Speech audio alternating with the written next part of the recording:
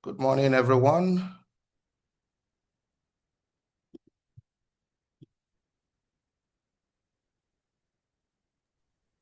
Good morning. All right. Good morning, everyone. Thank you and welcome to our public sector group webinar here. We will be starting in about 2 minutes. We'll just make sure we have a quorum. Everyone in the room, so that if any people coming, please bear with us. We will start in 2 minutes.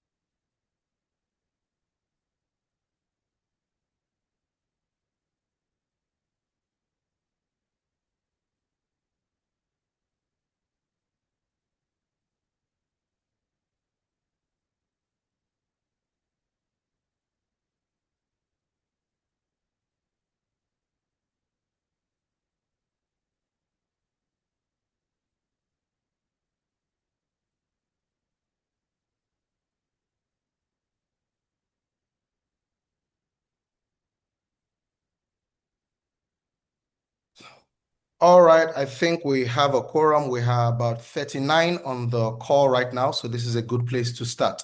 Welcome, everyone, again to the public sector group of the Chartered Institute of Directors webinar. It's on enhancing corporate governance in state-owned enterprises, lessons from Nigeria and Ghana.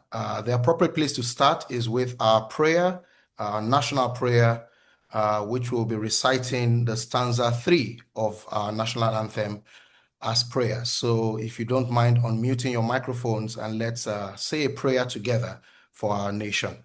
1, 2, go.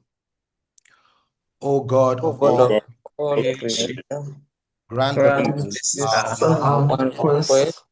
help Help us us to build a nation where no man is oppressed, and so with peace and plenty, Nigeria may be blessed. Amen. Thank you very much for praying for our country. Well, ladies and gentlemen, once again, you are welcome to this webinar by the Public Sector Group. My name is Soji Akinyele, and I'm a member of the Chartered Institute of Directors and a member of this Public Sector Group. Permit me to establish the protocols very quickly, as we have very heavyweights in our midst. The first is to recognize the presence of our President and Chairman of the Governing Council of the Chartered Institute of Directors Nigeria, Otumba Adetunji Oyebanji, FCIOD. You're welcome, sir. I'd also like to recognize. Thank you. Good morning. I also like to recognize the presence of our first vice chair, our first vice president, I beg your pardon, in the Governing Council as well, Mrs. Amina Oyagbola, FCIOD. You're welcome, madam. Thank you. Good morning, everyone. I also like to recognize, of course, within the public sector group itself, Hajia Rabi Jimeta, MCIOD, is our interim chair in the public sector group. You're welcome, Hajia. Thank you. Thank you, Mr. Soji. I see some people giving a round of applause via emojis. That is allowed. So please, if you want to applaud any of them, by all means, please go ahead. As I also recognize our vice chair in the public sector group by name of Are Adebayo Shodade, MCIOD. You're very welcome as well. Thank you very much. Good morning, everybody. Thank you. A very unique person, perhaps to say, to recognize is our brand new and very shining Director General at the Institute, Dr. Taiwo Nolas Alausa. You're welcome, and congratulations on your recent induction. Okay, and distinguished ladies and gentlemen. Thank you, sir. Thank you. I think it's also important to recognize yourselves as, distinguished participants here. We have speakers and panelists that we will introduce later further into the webinar. But now, can I invite you to all applaud yourselves with an emoji, your favorite emoji, a round of applause, a thumbs up, or a heart, or anything you feel like applauding yourself with, just to commend you for joining in right on the dot of 11 and allowing us to start this as we had planned to. Thank you so much. Thank you so much. So these are the protocols for the day established. As we go on, feel free to stand on them, so that we can save some time. We will now turn it over to the welcome remarks from the chair of our public sector group, Hajia Rabi Jimeta, to give us her welcome remarks. Hajia, you're welcome. Thank you, Mr. Soji. Mr. President and Chairman of Governing Council of the Chartered Institute of Directors, and who doubles as our chief host today in the person of Otumba Adetunji Oyebanji, Fellow of the Chartered Institute of Directors, our first Vice President, our amiable Mrs. Amina Ayabola, Fellow of the Chartered Institute of Directors, the Director General and Chief Executive Officer of in the person of Dr. Taiwo Nolas Alaus, distinguished guests, our moderator, esteemed discussants, other directors present here, ladies and gentlemen of the Chartered Institute of Directors Nigeria, I would like to warmly welcome you all to today's Public Sector Group webinar. It is indeed a privilege for us in the Public Sector Group to host this very important conversation, and we feel deeply honored to have in our midst our President and Chairman of Governing Council and Chief Host, Mr. Otumba Adetunji Oyebanji, Fellow of the Chartered Institute of Directors, our amiable Vice President, Mrs. Amina Ayabola, as well as the DG, Dr. Taiwo Nolas Alausa. Thank you for your time and continuous leadership and invaluable support to the Public Sector Group. I would also like to acknowledge in our midst the distinguished theme speaker, our moderator, and our highly esteemed discussants. Thank you for accepting to share your insights and experiences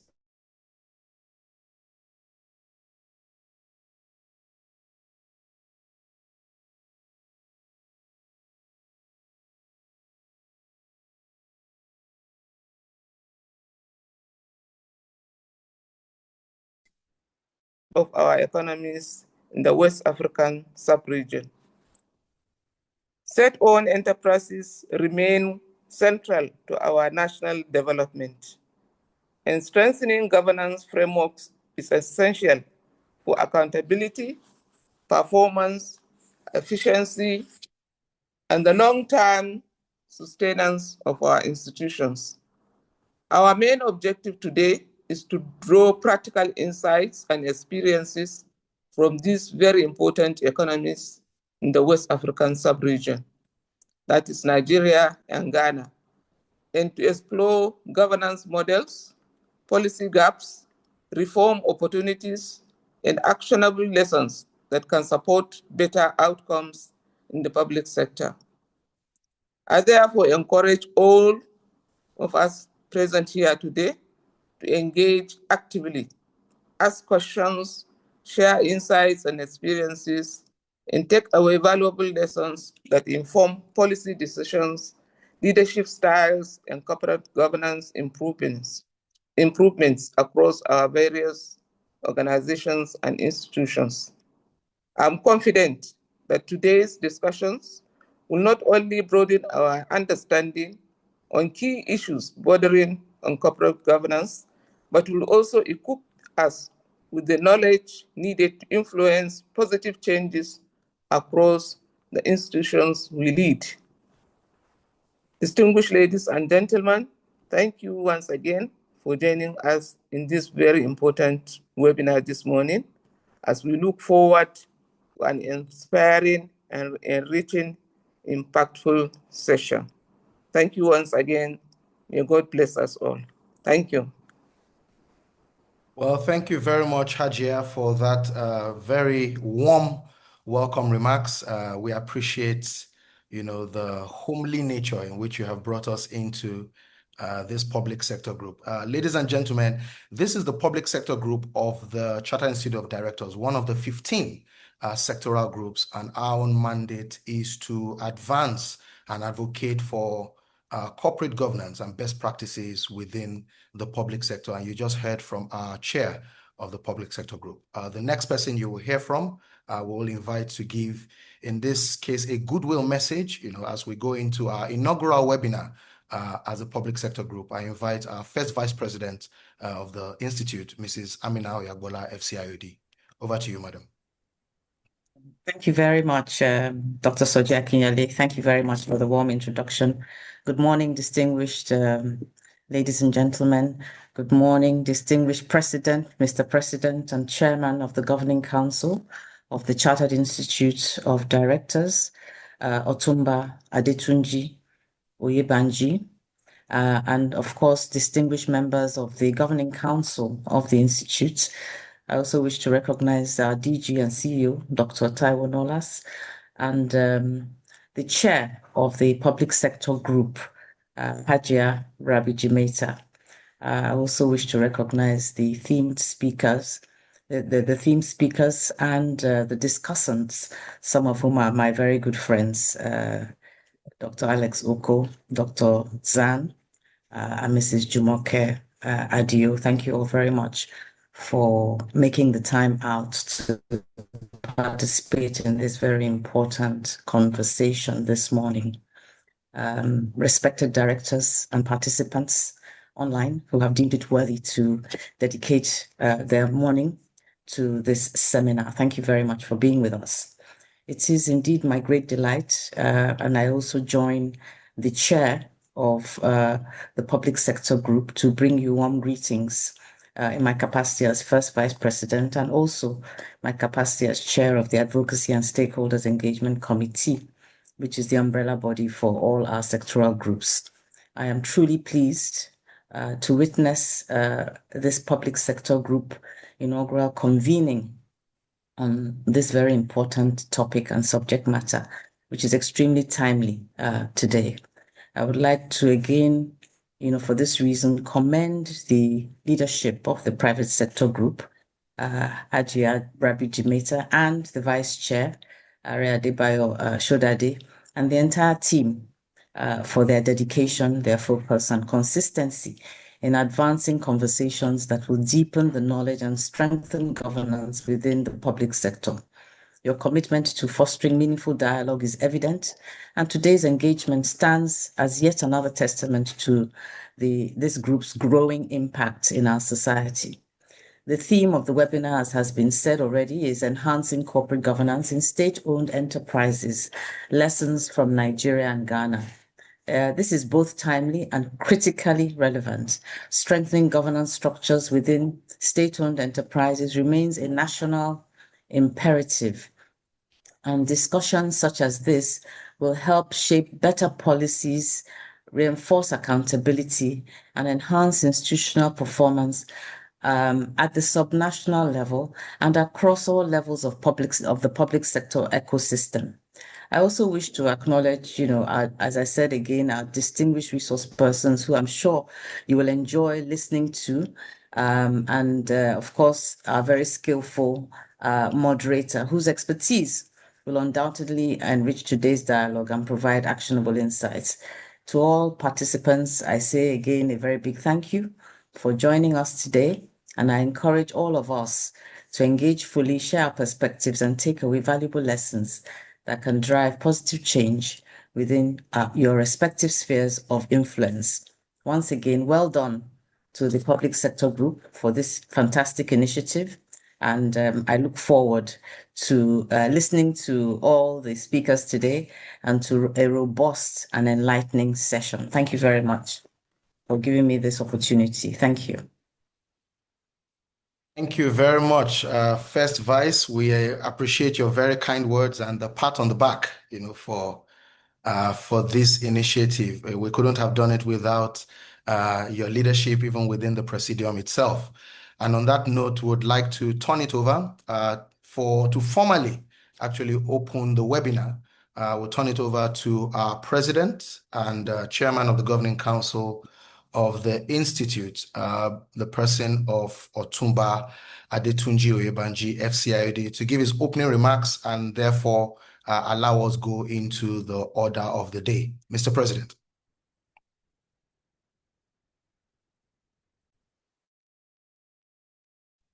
Thank you very, very much, and good morning, distinguished ladies and gentlemen. So that we don't spend all the morning listening to speeches, please permit me to rely on the protocols that have already been very well established. I, however, must recognize the first Vice President, Mrs. Amina Oyagbola, FCIOD. I would also like to recognize the chairperson of the Public Sector Group, CIOD, Hajia Rabi Jimeta, and her Vice Chairman, Are Adebayo Shodade. I'd also like to recognize the DG, Dr. Taiwo Nolas Alausa. With that done, please let me quickly go into the very short remarks that I have. It is with a profound sense of duty and optimism that I welcome you on behalf of the Governing Council to this inaugural webinar of the Public Sector Group of the Chartered Institute of Directors, Nigeria.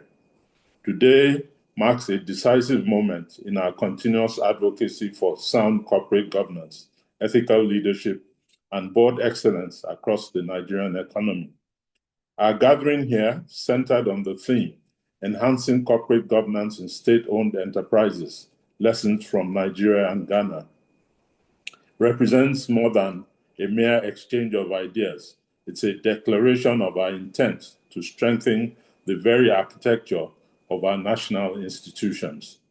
Distinguished guests, ladies and gentlemen, our mandate has always been clear: to champion the highest standards of directorship and to ensure that those at the helm of our organizations possess the competence, character, and courage required to lead effectively. While the private sector has made strides in adopting global best practices,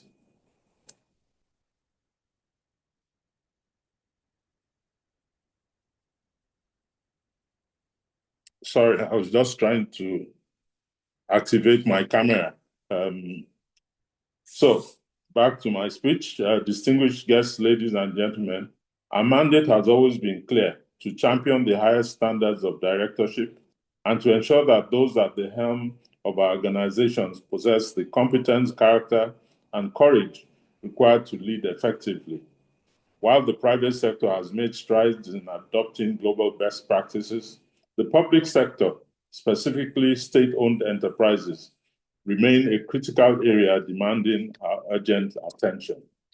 These enterprises control vast public assets and are responsible for delivering essential services to the citizenry.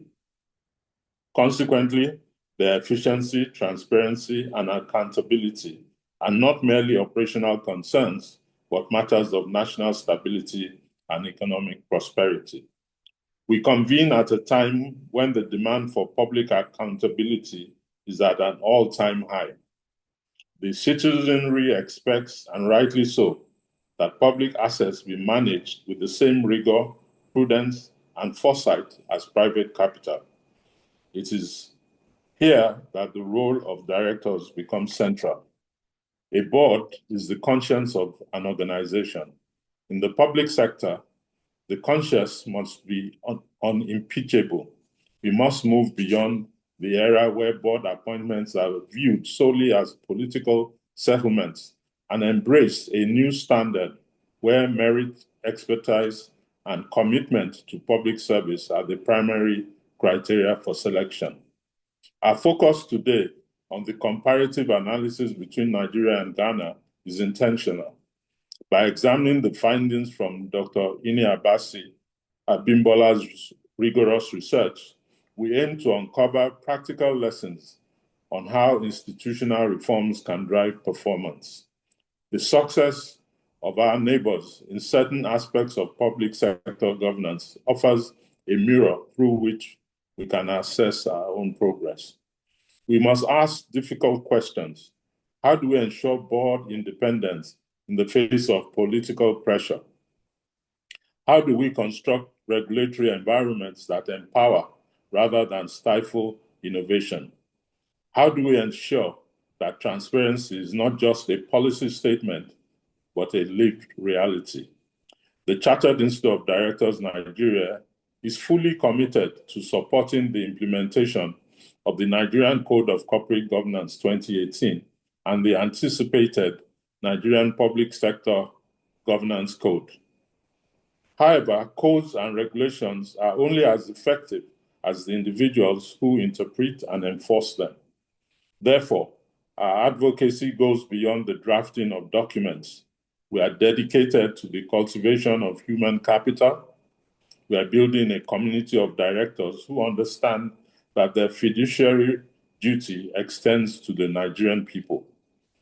This webinar serves as the foundation for the CIOD Public Sector Governance Toolkit, a resource designed to equip directors with the necessary instruments to govern with authority and integrity. We are creating a roadmap for the institutionalization of governance scorecards and regular board evaluations.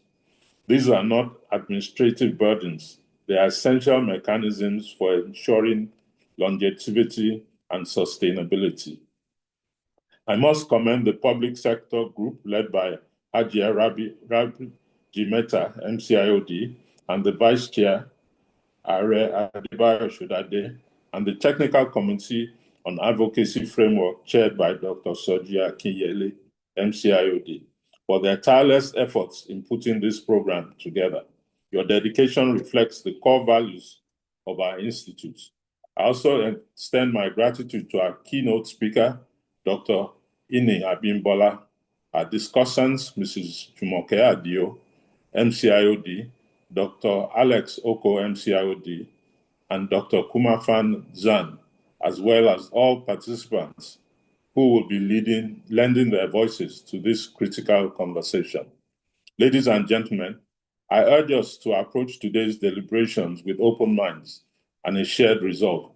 The task of nation building is arduous, but it is one we must undertake with precision and integrity. Let this event be the catalyst for a new era of public sector excellence, where our SOEs become beacons of efficiency and our boards become paragons of ethical leadership. On behalf of the Governing Council and the entire membership of the Chartered Institute of Directors Nigeria, I thank you for joining us and for your continued support of our work. I wish you a rewarding and enlightening experience and formally declare this webinar open. Thank you. Excellent. Well, thank you very much, Mr. President, for those very rousing opening remarks and formally declaring this open. So many very strong words we heard from you there, that our directors must understand that fiduciary responsibility extends to the Nigerian citizen. That's a very powerful thing to think about. And also appreciating the fact that this is a conversation that must be held more frequently. So we thank you for opening the floor into what will now be some intellectual discourse, not just theory, but also practice. We have a seasoned speaker and a panel of discussants who will do justice to this. But permit me to introduce our speaker, who will then take the floor for the next 30 to 35 minutes as she takes us through a very, very important conversation around the efficiency of corporate governance in state-owned agencies and enterprises, lessons that she has found rigorously researched from Nigeria and from Ghana. Her name is Dr. Iniabasi Laura Abimbola. I have to say again that she's freshly minted as a Doctor of Business Administration, and we are proud to have her as a member of the Institute. She has over 25 years of leadership experience in public policy engagements and strategy, business strategy, management consulting, institutional reforms that cut across the public, private, and development sectors.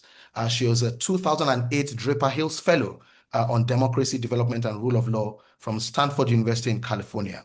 I also note that she's a founding, if you like, the founder and fellow, a founder of the Thistle Practice Consulting, which is a very thriving consulting practice on CSR and other responsibilities, even here in Nigeria. She stepped down in 2020 to give it up to allow another CEO run, which is an important practice itself, if you think about it in corporate governance.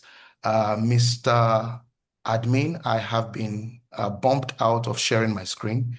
If you just be back in, are you practicing succession planning already, or checking what's going on? But in any case, we are happy to have our speaker here, Dr. Abasi Abimbola, and over the next 30 minutes, she will be taking us through her presentation. I believe I was bumped out so that she can get ready to have her presentation.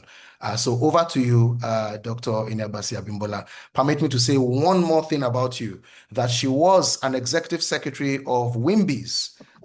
Many of you may know her from that time. If you are looking at the face and say this face looks familiar, well, that's because she's from a very strong, if you like, sister professional body, WIMBIS. And we're proud to have her here to speak on corporate governance lessons from Nigeria and from Ghana. Over to you.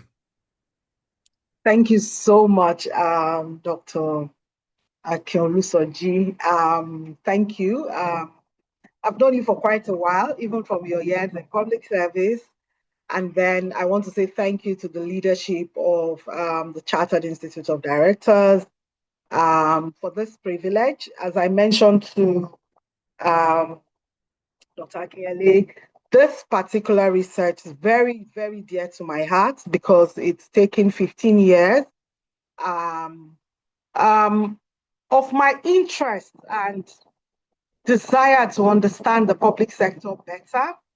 And then, of course, the interplay between public policy, corporate governance, and sustainability, as it were, and why the conversations we are having at the level of the private sector, we're also not having that conversation at the level of the public sector.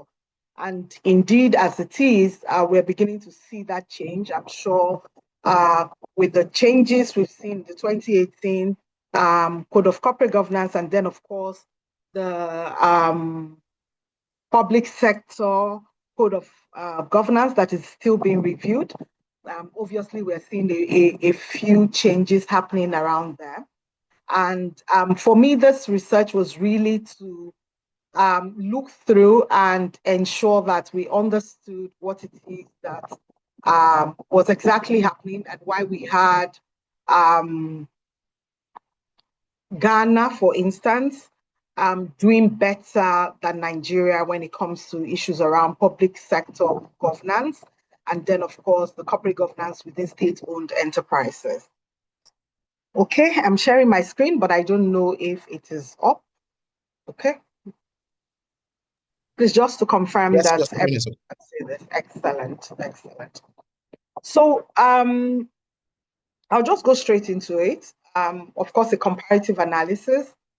And again, as I said, the idea was really to look at what was Nigeria doing, or what has Nigeria been doing, and what has Ghana been doing that seems to get their state-owned agencies to be thriving better. What were we doing better than Ghana, and what was Ghana doing better than us? I think that was the mindset behind the research, and really just to understand where the gaps were and what could be done better. I want to take this thing.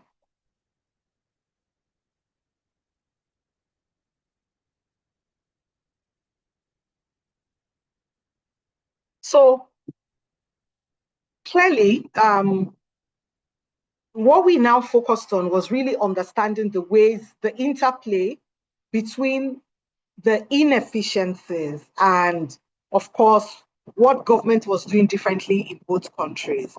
And then in looking at that, we had to study a few state-owned enterprises in the two countries to be able to understand. And really, the issue was that, one, state-owned enterprises are very, very important, very strategically important, particularly in very key sectors that governments operate and where these state-owned agencies are situated. And then, of course, we're looking at the efficiency gap. Again, as I said earlier, most state-owned enterprises are inefficient, but we also wanted to see what were the core issues that were responsible for this inefficiency. Because when state-owned enterprises are inefficient, then of course it undermines sustainable development, it undermines investment.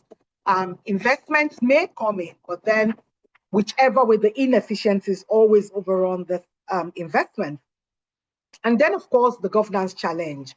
Of course, I think it's something that the chairman, the president mentioned, very politicized boards, which is an African problem. But again, remember, we are highlighting between Nigeria and Ghana. And then, of course, inadequate oversight. But what were the specific mechanisms that could actually help to turn around some of these things? So for us, it was really to address this gap by comparing Nigeria and Ghana on three key areas, which was board independence, regulatory autonomy, and then transparency, and how each of these influenced the performance of the state-owned enterprises. So our methodology was really a comparative quantitative design. And if you've read the research, we clearly stated our limitations, because of course, if we wanted to go deeper than this, it will require maybe interviews with heads of the agencies, having interviews with maybe the employees of each of those agencies. And of course, that was not something that we had the time to as it were. So we had a cross-sectional quantitative study. We're using secondary data from 2023 because that was the data that we had. Most of it was public. And those that were not public, we were, particularly in Ghana, we had to do some legwork to be able to get some of the reports from the agencies, the enterprises and agencies, the government agencies themselves. And then our sample was really for 10 top revenue state-owned enterprises in Nigeria and 10 in Ghana, and they were within the utilities, extractive, financial services, with extensive disclosures so that we could have clear comparability. And then what were we looking for? Our performance indicators were really revenue per employee and return on assets, and of course, the net profit margin. And we had a way of calculating that, which I will show. And we're looking at the governance dimensions, again, as I said, board independence, which also looked at the percentage of independent non-executive directors, regulatory autonomy, which is a composite index of the legislative protection, what's the level of ministerial intervention, and policy regularity without the somersaults in policy. And then institutional moderators were political instability index, which were all external, and then the corruption perception index from World Bank, and then Transparency International. And then we used descriptive statistics and multivariate linear regression to be able to make these calculations and to assess, kind of assess the institutional factors and, of course, the performance indicators that we're using. So this is just to explain how we calculated every of this thing in the design that we used, in the methodology design. So for board independence, we looked at the ratio to determine how free the board is from management influence and, of course, from political influence. And looking at it from the case of Nigeria, how many of those was, and I think that the president mentioned it, how many of the board appointments are politically motivated, or as thank you for the boys and things like that. And the formula was really number of non-executive directors over number of board members. Now, the context is that a higher ratio of non-executive directors indicates greater independence. However, this study posits that independent directors reduce agency costs by monitoring management more effectively in the event that they are not politically motivated. And then for the regulatory autonomy, this is an index that is, we constructed it from the statutory analysis and the survey data that we did. And what it was really, again, how is this agency or enterprise protected from political interference? And our measurement factors were legal insulation.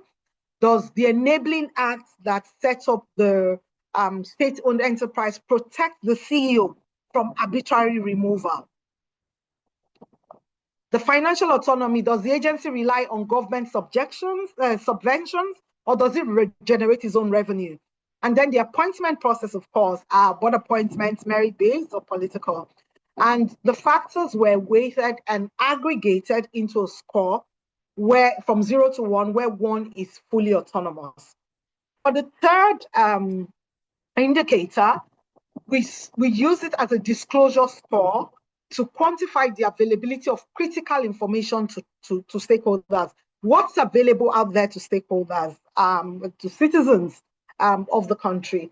And the methodology was really to look at, a list of required disclosure items, audited accounts, governance statements or annual reports, risk management reports, whatever was, pushed out by this enterprise.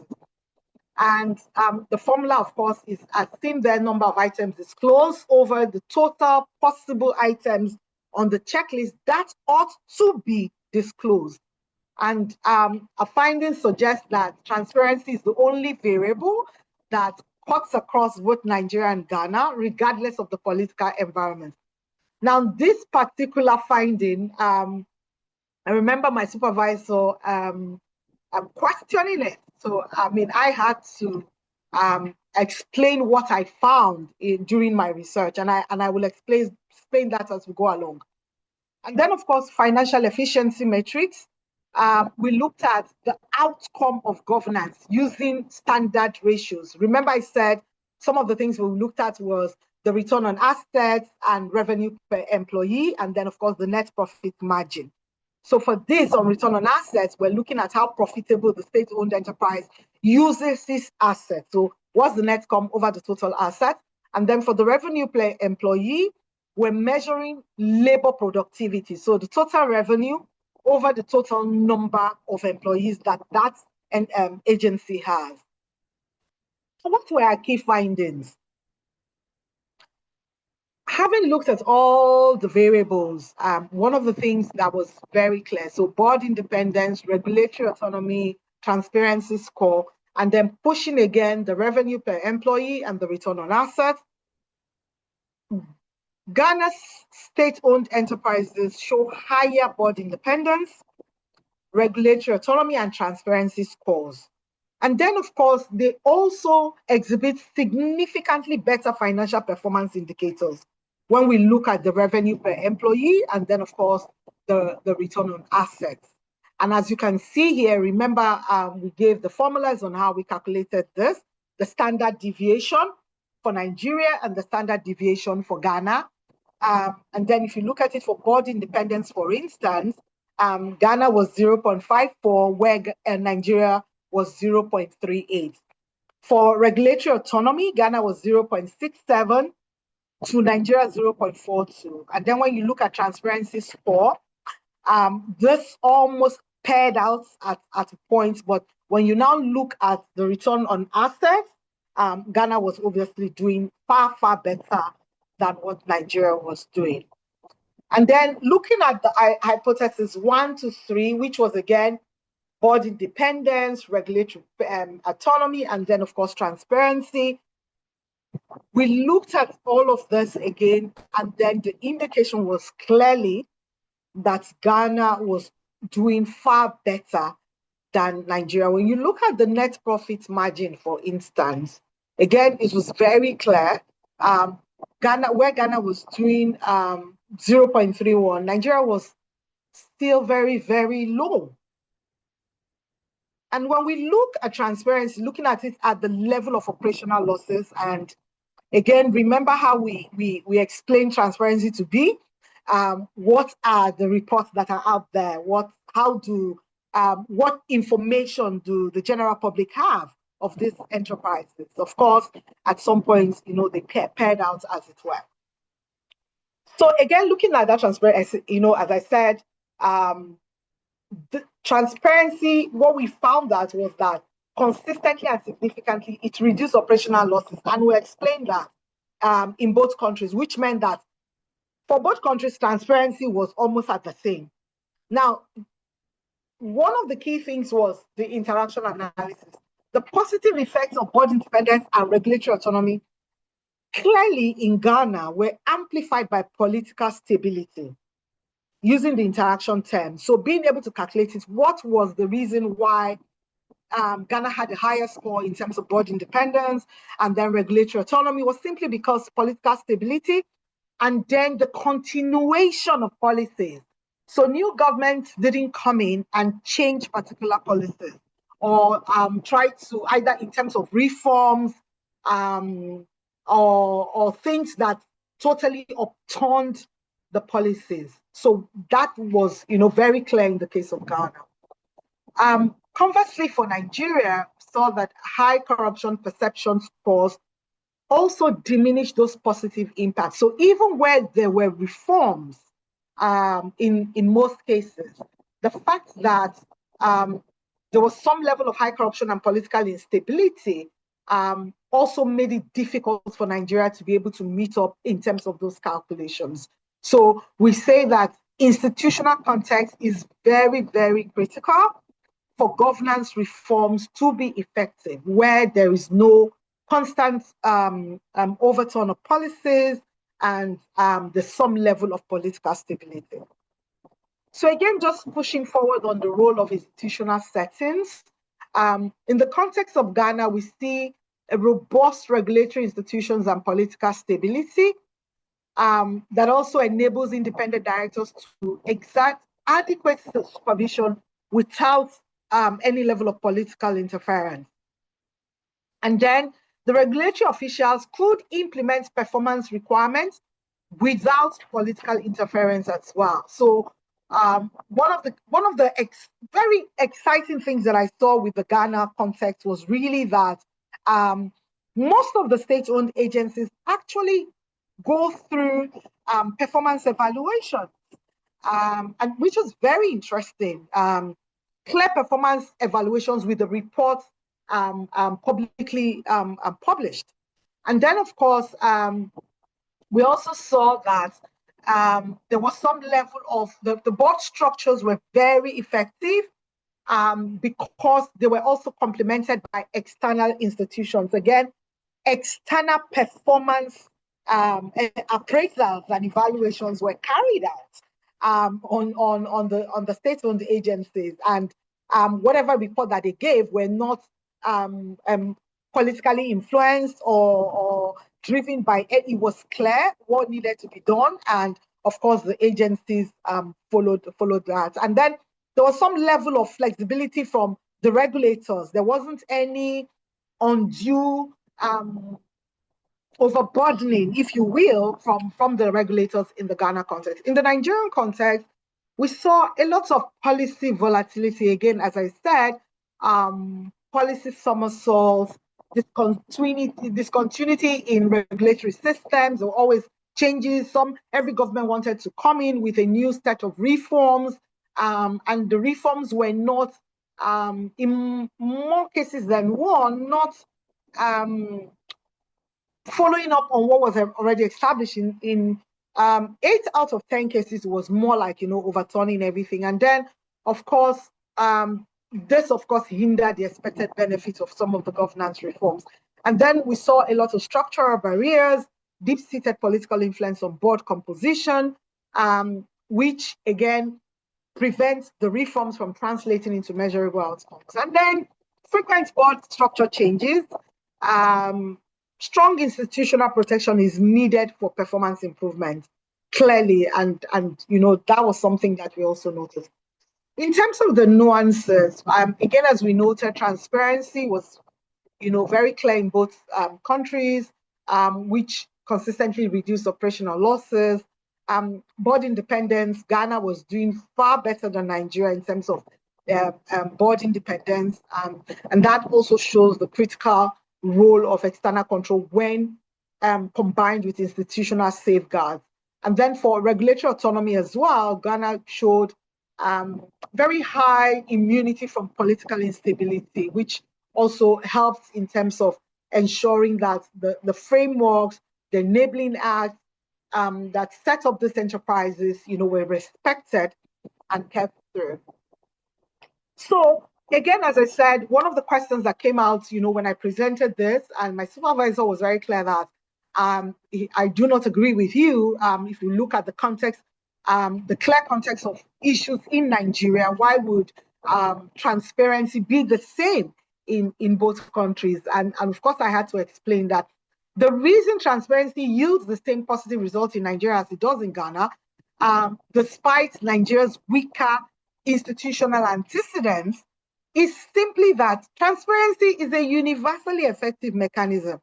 Why? Because it creates what I call direct accountability, which bypasses the structural weaknesses of the state. It doesn't need the structural weaknesses of the state to present itself. Board independence and regulatory autonomy rely on governance to respect them, which of course will fail in weak institutional contexts like Nigeria. But transparency, on the other hand, relies on the public and the market to enforce them.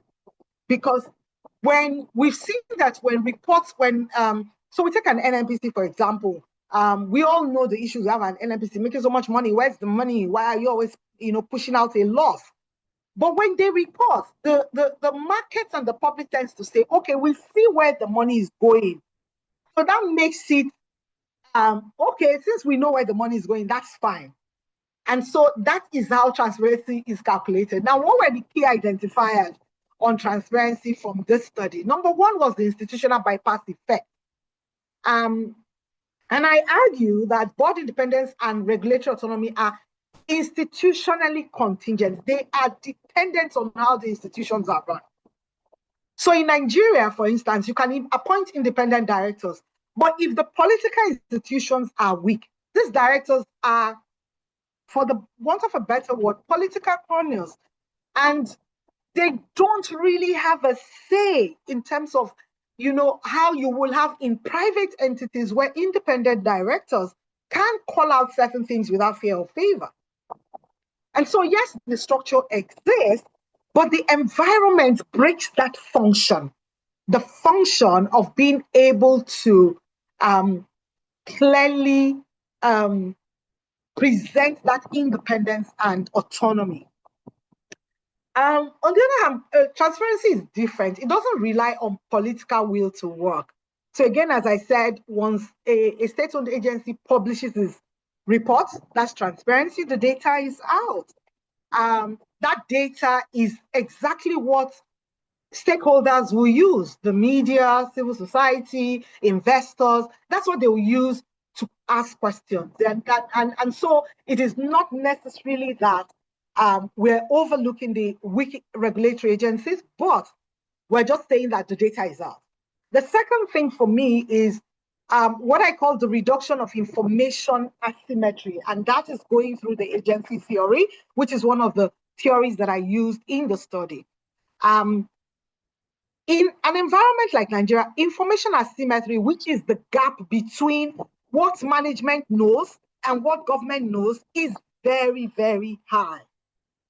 And so any act of transparency, which includes publishing an annual report or publishing a financial record, will drastically reduce that gap that you see, the gap between what management knows internally and what they want the public to know.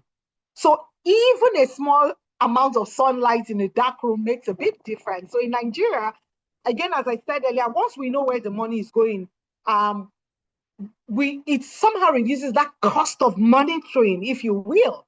And then, we kind of say, okay, at least we know the money did not disappear. It was used for repairing the refineries. It was used for buying crude oil or something. And then that does not really take into consideration whether the regulators are strong or whether the regulators are weak. And finally, what I call the signaling effect. In high-risk environments like our public sector in Nigeria, transparency acts as a premium signal. So it's just a signaling thing.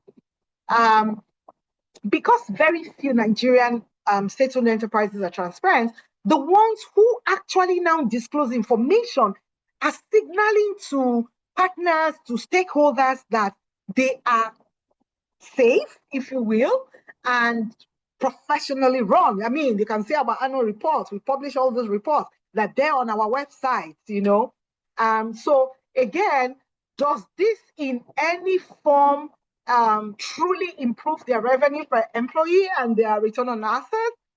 As we say, what management knows and what the public knows, that is also subjective. But the fact that they're able to disclose, just gives them better standing with the stakeholders.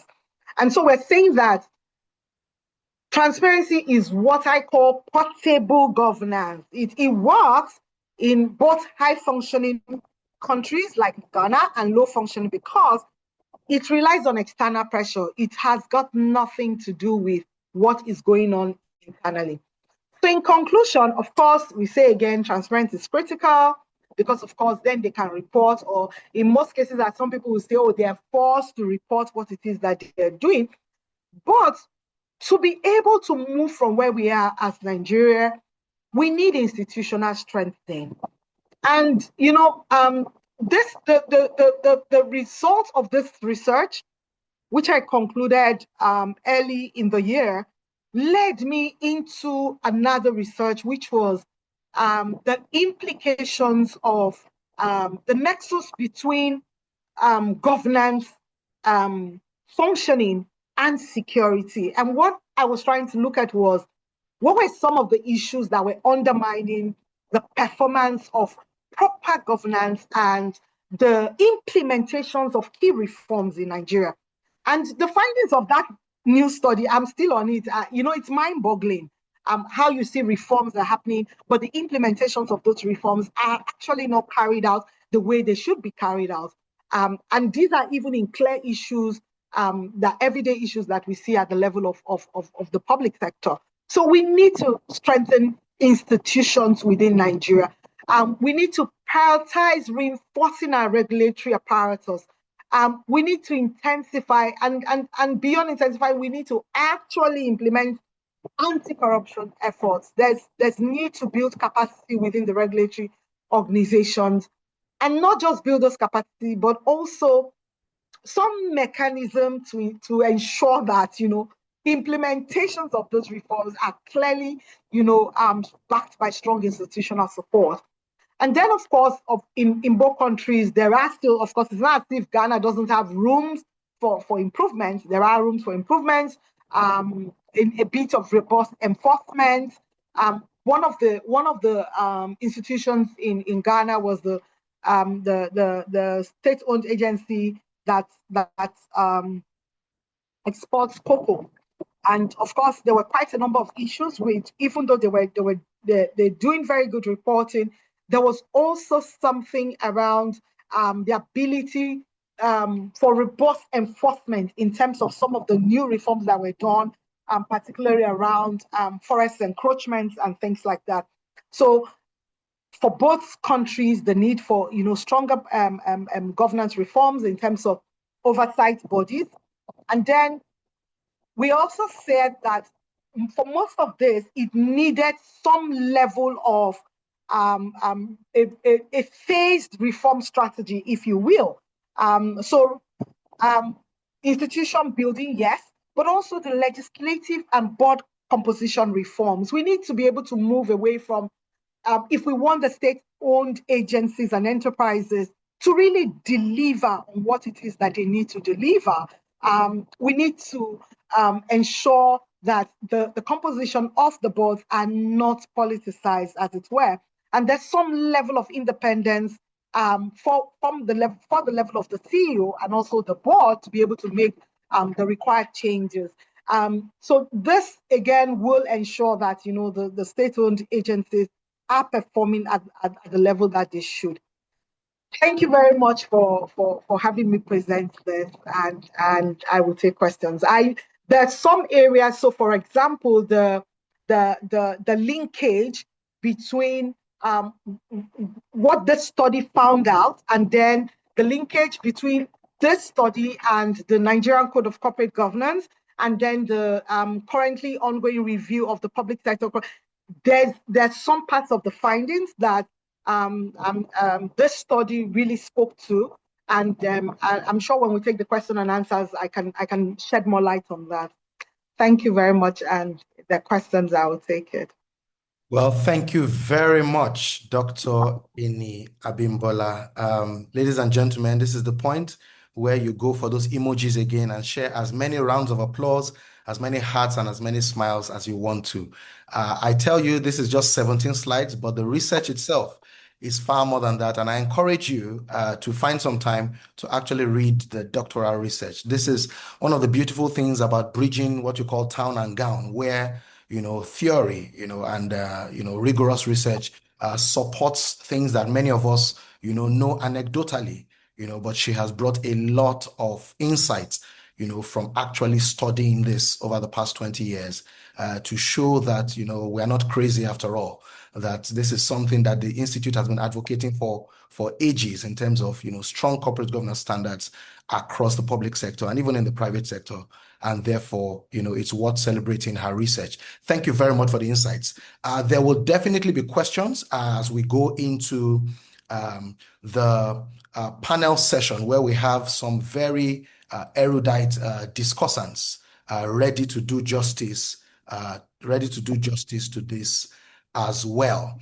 I'm going to introduce them now, and with the benefit of that, I will also ask that webinar participants all together, please type in your comments, your questions, so that at the point where we're able to take a few comments and questions, we'll be more than happy to refer to yours so that we can get them answered either by our speaker, Dr. Ini Abimbola, or any of the discussants. While we were speaking here, one of the members of the Presidium also joined us. The second Vice President, Alhaji Lamis Diko, FCIOD, also joined us on this webinar. We are really honored to have him grace this webinar. Alhaji Diko, if you just perhaps just show us your real face and say a few words. Okay, well, thank you very much, Dr. Soji. Actually, I've been from the beginning. I've been around since the beginning, so it's a great pleasure to be in this webinar.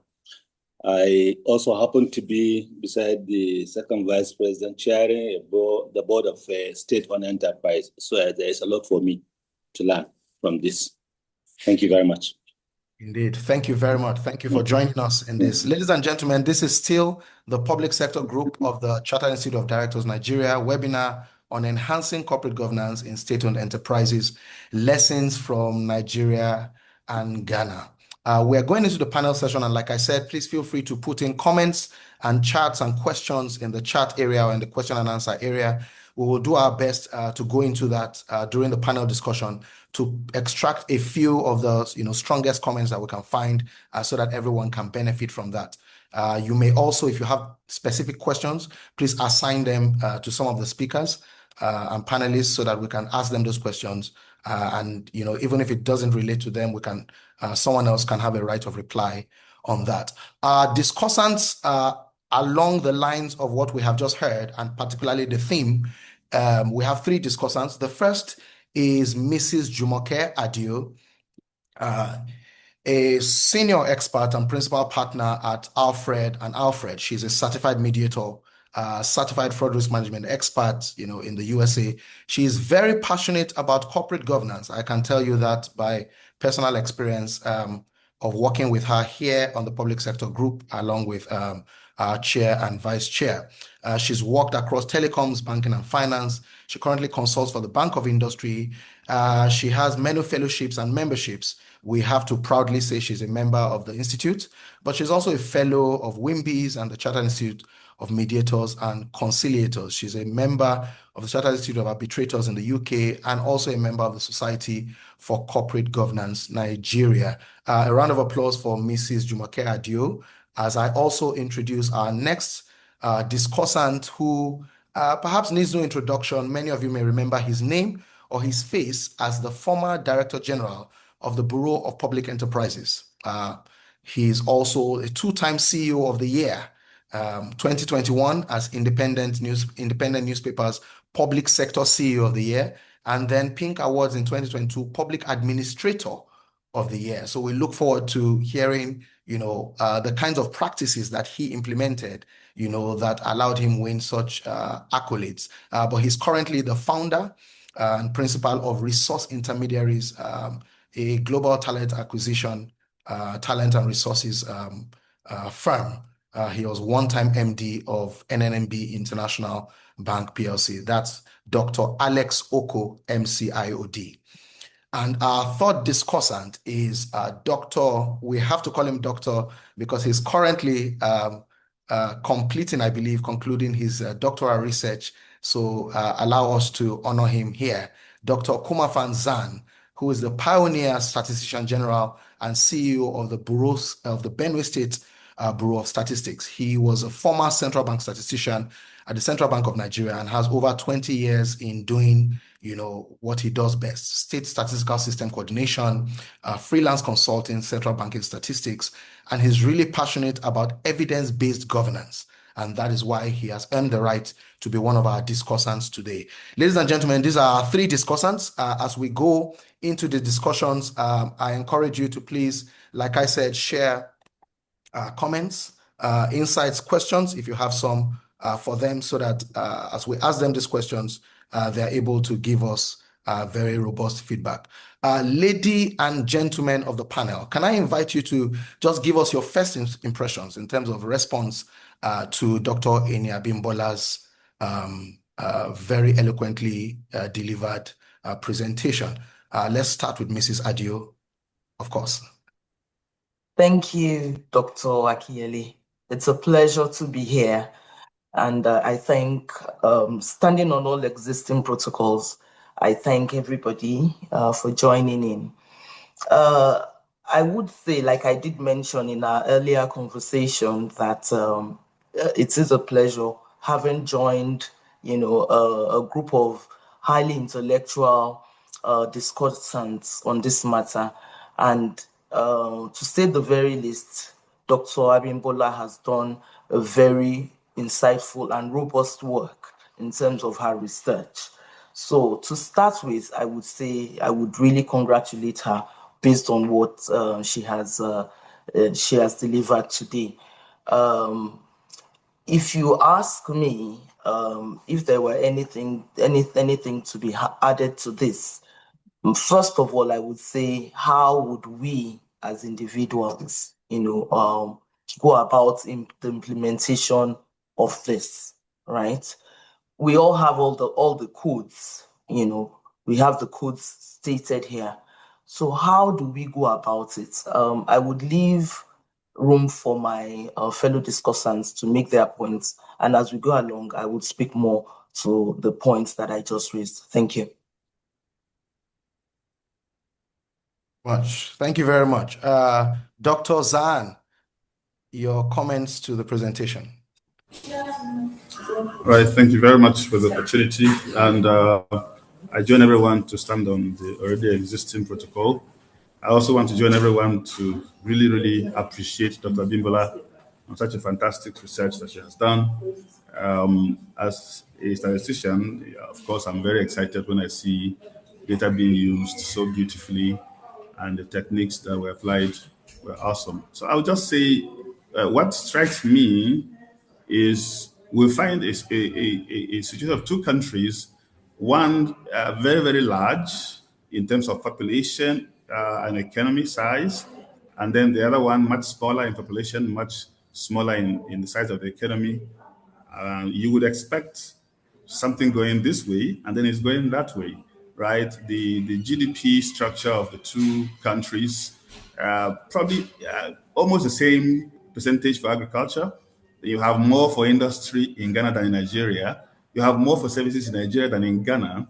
And I'm just wondering if that higher percentage of industry in Ghana over Nigeria has something to do with this. If SOEs are, I mean, when we compute GDP, we take a lot of data from the SOEs, and I feel like that something is being said there. And then it just goes to say that you could be the bigger brother, you could be the giant, you could be flamboyant, but then the little things that matter, that like the transparency we have seen, the governance structure, the autonomy, which are heavily built on data, make all the difference. Let me just stop there for now. Thank you. Understood. Thank you very much. And I like your spin into the statistics there, rightly showing, your expertise, and perhaps that's actually a new area of research, seeing how the GDP structure, the economic structure of the two nations may have also impacted, their corporate governance practices in their SOEs. But Dr. Oko, you have actually, been in this space very actively. What do you think? What are your first impressions or first thoughts to the presentation? Okay, so thank you very much, Dr. Akinyele, for having me here. And I want to also appreciate the well-researched presentation by Dr. Abimbola. Is central to the performance any corporate entity, including state-owned corporates. I like to use the word corporate because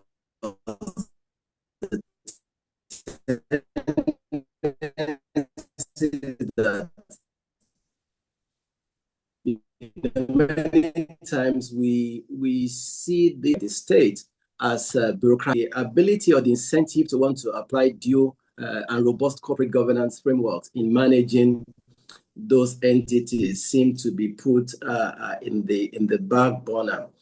And historically, both Ghana and Nigeria, have developed these state-owned entities essentially to meet both social and sometimes economic gaps within the system.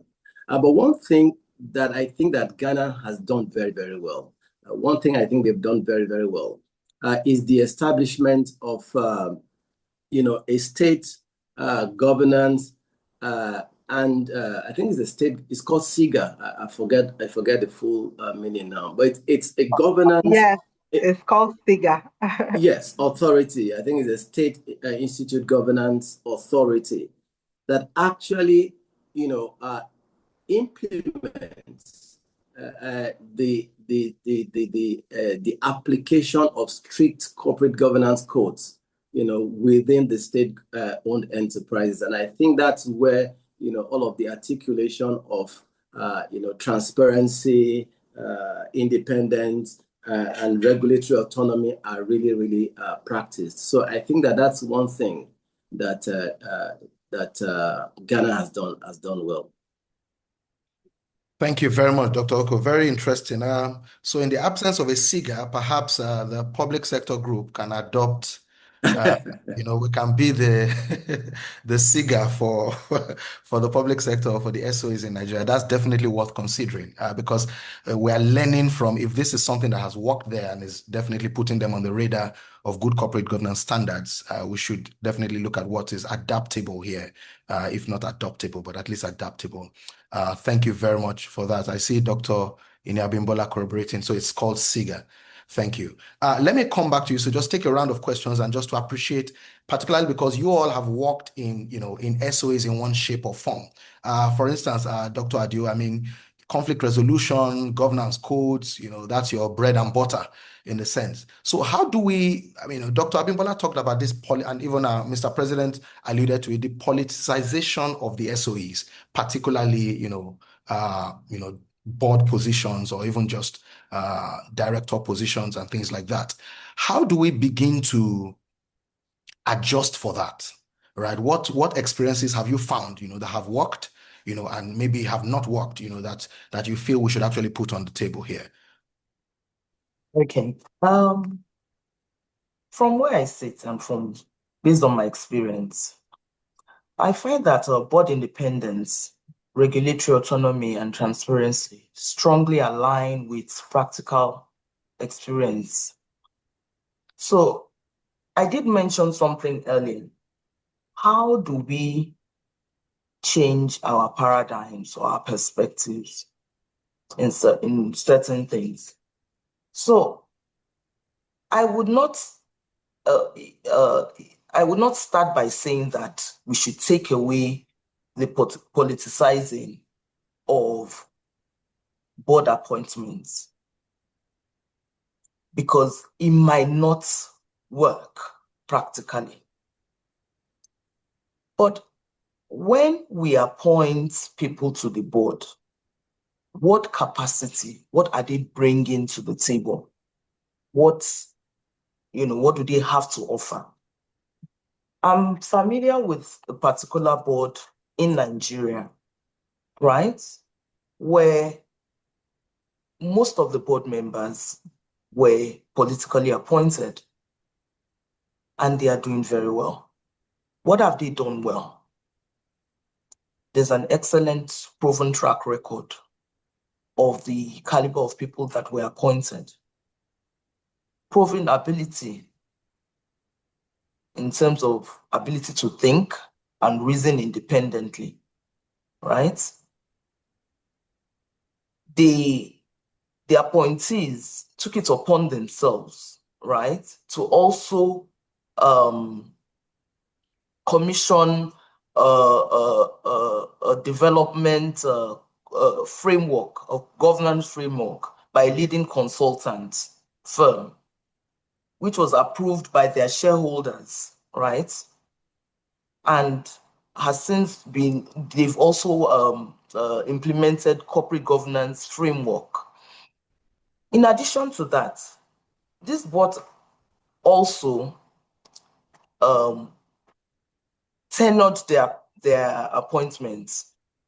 And in tenoring their appointments, it makes it difficult for their appointees to take them off the board, because they are not doing their bidding, right? And it also helps them, work independently, and if they're going to be removed, it will be, of course, as a case of maybe fraud or embezzlement. So if you give people who have the right frame of mind, the ability and capacity, and then they know that they can do the work without somebody else coming to, usurp the authority at any point in time, right? I believe that we would move forward in terms of our SOEs. That would be my first point. Dr. Abimbola had mentioned about board independence, which speaks to, basically all of what we're talking about here. And then that regulatory autonomy, as we have seen here, SIGA, is missing, right?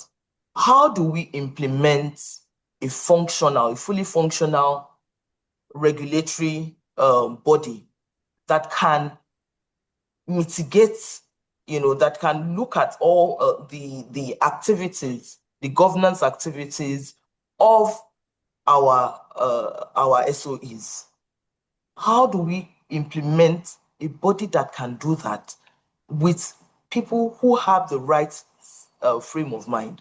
I recall reading in Dr. Abimbola's report saying that Ghana had established that, but at some point in time, they lacked funds to be able to roll efficiently.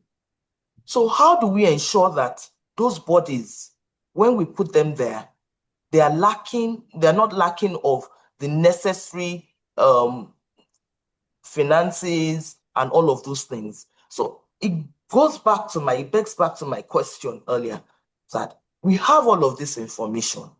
but how do we implement it and ensure that, we run adequately with it? Thank you. I'll stop there for now. Thank you very much, Mrs. Ade. You brought up some very, very interesting points. So you talked about, and it's slightly contrarian, where you say you don't think that we can literally stop the politicization of board appointments or things like that. However, even in that kind of appointment, there should be a goal for capacity, people that have capacity.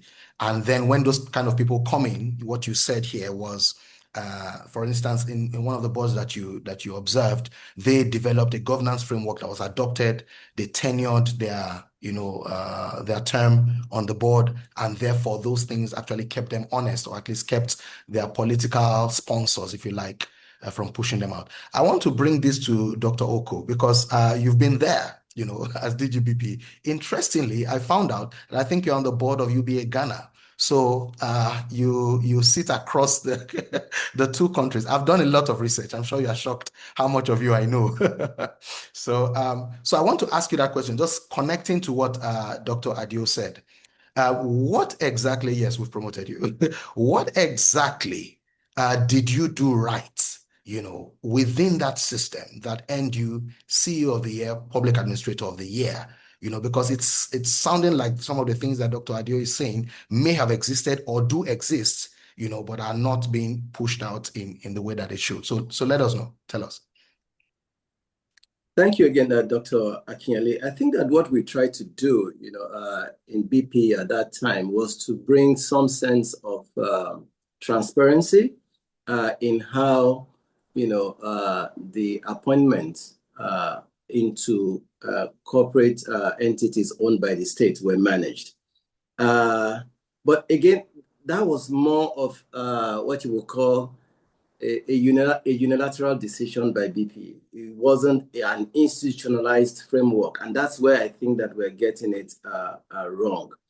So we made it mandatory, for example, for directors of the Bureau who were also representing government on some of these entities, including the power, the DISCOs and GENCOs, not to benefit directly from any of the remunerations, for example, on those boards, right? So that they could not be sort of induced one way or the other. And then at some point in time, government owns, I think, 40% of many of these DISCOs. In trying to push for what you would call a commensurate representation of government 40% on the boards of these DISCOs, we tried to source non-government representatives. I think those are the categories that Dr. Abimbola referred to as independent non-executive. So private sector individuals were nominated by government, to represent the interest of government on those boards. But you see, we don't have an institutionalized framework for managing government representation and implementing code of corporate governance in state-owned entities. And that's why I mentioned the fact that where I think that Ghana has gotten it very well is in the establishment of the State Interest and Governance Authority, SIGA. Now, what that does for you, right, is that, it highlights the fiduciary responsibilities of the representatives of government on those boards. So beyond the fact that you are a politically appointed individual, the fact that, you also see that you have certain fiduciary responsibilities that may injure you personally, if you go against those codes, will sort of provide some guardrails within, for how you operate, on those boards. And I think, one of the things that Dr. Abimbola insulation, we must be able to also insulate, government representatives on those boards, against, all manner of, backlash, especially political backlash from the government, in case, they decide to exercise their independence in line with their fiduciary responsibilities. Excellent. Thank you very much. I caught that word, institutionalize a framework, and I think that's really where we've heard that phrase or that word a few times. Dr. Zahn, I want to ask you this. So you are CEO and actually pioneer CEO of the Bureau of Statistics in Benue State. Can you walk us through, if you like, the corporate governance structure that is in place in your statistical agency that allows you, publish data, collect data and disseminate it and interpret it, in a way that is, void of political influence. Let's put it that way. Okay, thank you for that. Yeah, so first of all, there is the Benue State statistical law that set things out, right? So as a society that's governed by laws, that already removes so many problems, right? The law is clear on what the state statistical system entails, who are the data providers, that's data suppliers, data producers, data users. These are well defined in the statistical law. It also defines the functions of the Bureau of Statistics. It also defines my functions, my role as the Statistician General of the state. So most of the things, the relationships between the Bureau of Statistics and the other state agencies. So, for example, there is a circular that is issued from the Secretary to the State Government to all MDAs in Benue State that informs them of the full implementation of the statistical law.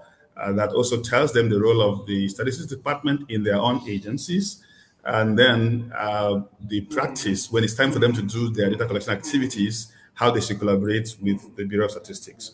And then secondly, there is also the State Committee on Statistics that is also provided for by the law.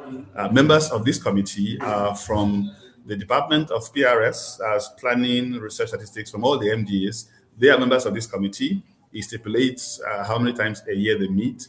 So the Bureau of Statistics really got into full operations just January this year. It was established probably 2022 ending.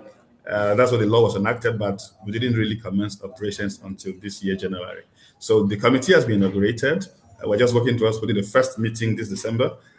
So these are things that make everything easier, right? It's not open for interpretation. It's not open for you. You can't go creative with that process. You have to go that way. And when an MDA is getting into probably their annual data production activity, be it school census in education, but usually for us, one other thing that helps again is the National Bureau of Statistics coordinates things nationwide.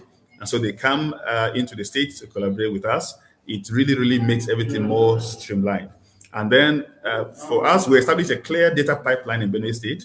At the beginning of the pipeline is the Bureau of Statistics. At the end of the pipeline is the Planning Commission, where every data ends up with them. So we have a clear picture of how it starts and a clear picture of where it ends. And so the interpretation of the data when it comes to the economic aspects of it is not, I'm not an economist, I'm only a statistician. So we hand over those duties to the Planning Commission. They get to do the proper interpretation, projections, taking it into the MTEF for the state, into budgeting, and into all those kinds of things. So what we think we as a bureau will focus on doing to give the ideal impact, one is to establish a data culture in the state. That is what we think fixes so many of the problems we have. Just try to entrench as much as possible a data culture. And secondly, to create statistical literacy across the state. When we release reports, the media should be able to interpret those reports correctly. Everyone that quotes the numbers should not misinterpret them. But all of this is because we have to establish statistical literacy. So the academia in the state are our partners. There is also the Chartered Institute of Statisticians of Nigeria, Benue State chapter that we're working with closely. So these are the things that combined help us to really be impactful in the state here. Thank you very much. I really wanted to hear you out because, you've literally shown what you can call a transmission mechanism or a flow from a state enterprise or a state agency and how it connects actually to the economic development of that state in itself. So just to say that even though you may say you are not an economist, you know, your work and your role as the statistician general and your bureau literally connects to the economic prosperity of that state. And it all starts from a clearly articulated law, because that's where you started from. That who is the data user, who is the the data user, who is the data collector, what's your role as CEO, statistician general. All those things are coded. So clearly, you know, an institutional framework is something that is useful to us. I want to come to the participants right now, but first, let me divert to Dr. Abimbola, our speaker. You've heard, you know, the things that the discussants have mentioned, and I saw a comment in the chat box equating SIGA, or, you know, proposing that SIGA or our own SIGA is actually the FRCN, Financial Reporting Council of Nigeria. What do you think? Is that the right agency that could serve as SIGA for us? Dr. Abimbola, are you there?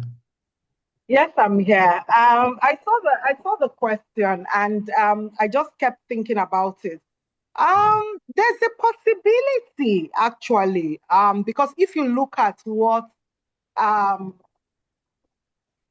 FRCN is doing currently in terms of, so if you look at the public sector corporate governance code that they are trying to put together, what that immediately signals to you is that, you know, they're trying to be, you know, the agent or the authority in terms of streamlining what is happening within. So you have the Nigerian Code of Corporate Governance for the private sector, and then the public sector code of governance that they are now putting together. So that kind of gives you a sense that they are pushing themselves to be the SIGA of Nigeria. But what is the act? What does the act that established the FRCN say? I think that's also one of the things that we need to look at, and what's the latitude that they have in terms of being able to regulate some of the agencies. And as I said earlier, I mean, I had also, in the course of, you know, this research, looked at some of the things that were proposed with the Code of Corporate Governance 2018, and what the private sector code of governance is also proposing, and trying to see an alignment in terms of my research. And one of the clear things was there are some alignments and some misalignments as well. And I don't know if maybe I can talk about it much later, but I think that with what the FRCN is trying to do, perhaps they are positioning as our own state interests and governance. But again, we need to clearly define what the enabling act for them is, and how far they can go. But if they are you know, already pushing out most of those codes of governance, then definitely that seems to be like what is. Indeed. Thank you very much. So there is some, I mean, it's not fully aligned, but there's some hope there, if you like, direction in which they can actually take on some SIGA type roles. I see my second vice president's hand up, Alhaji Lamis Diko. Can I take your comment very quickly? And then I have a few questions here I'd like to take. Yes, please. And I'm just going to build on what Dr. Abimbola just finished talking about. There's a slight difference between Nigeria and Ghana. Nigeria is a functional federation, quite strong functional federation with strong subnationals. So a SIGA that works in Ghana may not work in Nigeria. I've been asked to put my video, but okay, I've done that. So may not work that way. But having said that, like Doctor said, the Financial Reporting Council is the one promoting the public sector code of governance. So we should be able to differentiate between public sector incorporated companies and enterprises which are not incorporated. Any company, whether at state level or federal level, that is incorporated is subject to regulation of the Financial Reporting Council. So in that respect, it can apply across the board, states, and federal government, any company that is registered under CAMA, under the Companies and Allied Matters Act, can actually be supervised and moderated by the Financial Reporting Council. The problem comes with the state-owned enterprises that are not incorporated, like VPE, which I think the challenge that my friend faced kind of also. Those are not incorporated, and these are always at the whims of the politicians to change the executives, to change the board at any time without notice. So this is where the governance challenge is. And perhaps that's why we need to perhaps encourage the formation of a different body to look at those state-owned enterprises. Borrow a leaf maybe from the United States of America, where agencies are protected by what they call the Office of the Inspector General. So that Inspector General looks at those agencies, looks at what they are doing wrong, but also protects personnel of those agencies from interference by the politicians. All said, I believe there is definitely a good reason to have a public sector code of governance enforced by an institution. And for me, at the moment, the Financial Reporting Council is the best organ. It's legally empowered to look at the books and the governance of everybody that is incorporated as a company, right? And for the others, perhaps we have to encourage the states and governments to come up with organs that will ensure their enterprises are monitored. So thank you very much. Thank you very much, Second Vice. I saw Dr. Oko nodding there. So Dr. Oko, I want you to respond to that in the sense and also connect it to a question we found online here from Prince Dr. Antonio Mojola. What can we do to ensure accurate reports are received from public enterprises on a timely basis? So can you connect those two? I mean, your response to Alhaji Diko and also to Prince Omojola. Are you there? Are you? I don't think you're speaking yet. So thank you very much once again, Dr. Establishment statutes of many of these. I am. Can you hear me? Yes, we can. Go ahead, please. Hello? Okay, brilliant. Thank you. So if you look at, some of the statutes that establish this, some of these agencies of government, there are indeed, provisions for accountability, reporting and publishing the financial records, of these entities. Those statutes, those provisions are embedded in those statutes. However, the challenge is really enforcement. And that's why you would need a specific authority that focuses on accountability for entities with state-owned interests. I totally agree with what the Second Vice said, that there are entities of government that are corporatized and there are those that are not corporatized. So it is for such entities that SIGA exists. And SIGA, enforces corporate governance codes for all entities that have state interest, including ensuring that, accountability, transparency, and issues of making records available for the public, are seriously enforced. What you have nowadays is that for many of these entities who don't even bother, to publish accounts, the only authority that they look forward to or look up to sort of call them out is typically the what's it called? Maybe the supervising committee in the National Assembly. And we know how that plays a professional body that ensures that issues around fiduciary responsibilities of directors on those government entities are enforced. Issues around public accountability and publishing of records are enforced. And that an SOES specific authority that ensures that corporate governance codes in those authorities, in those agencies and enterprises are enforced. Thank you very much. I got that. So definitely, this is something we need to look at. A body, or if you like, a function that at least oversees the non-incorporated, if you like, for want of description, enterprises.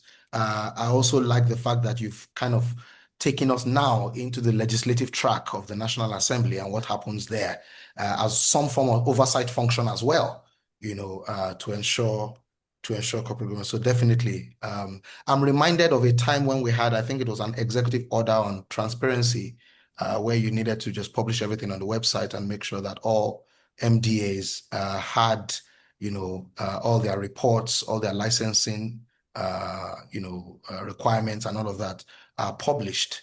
So perhaps that's what you talk about in terms of is the enforcement of it that may have slowed down over time, with a few other pressing matters overtaking the states or the state in the sense. But thank you very much. I see Are Adebayo Shodade's hand up, our vice chair in the public sector group. I'll take his comment and then I'll go back to some questions.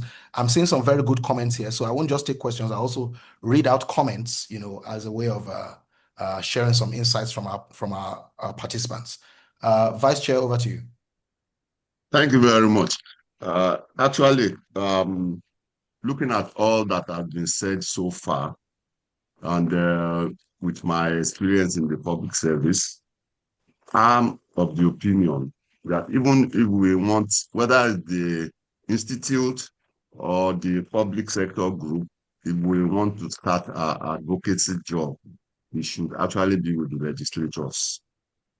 Because the point is, when they are making all these laws establishing SOEs,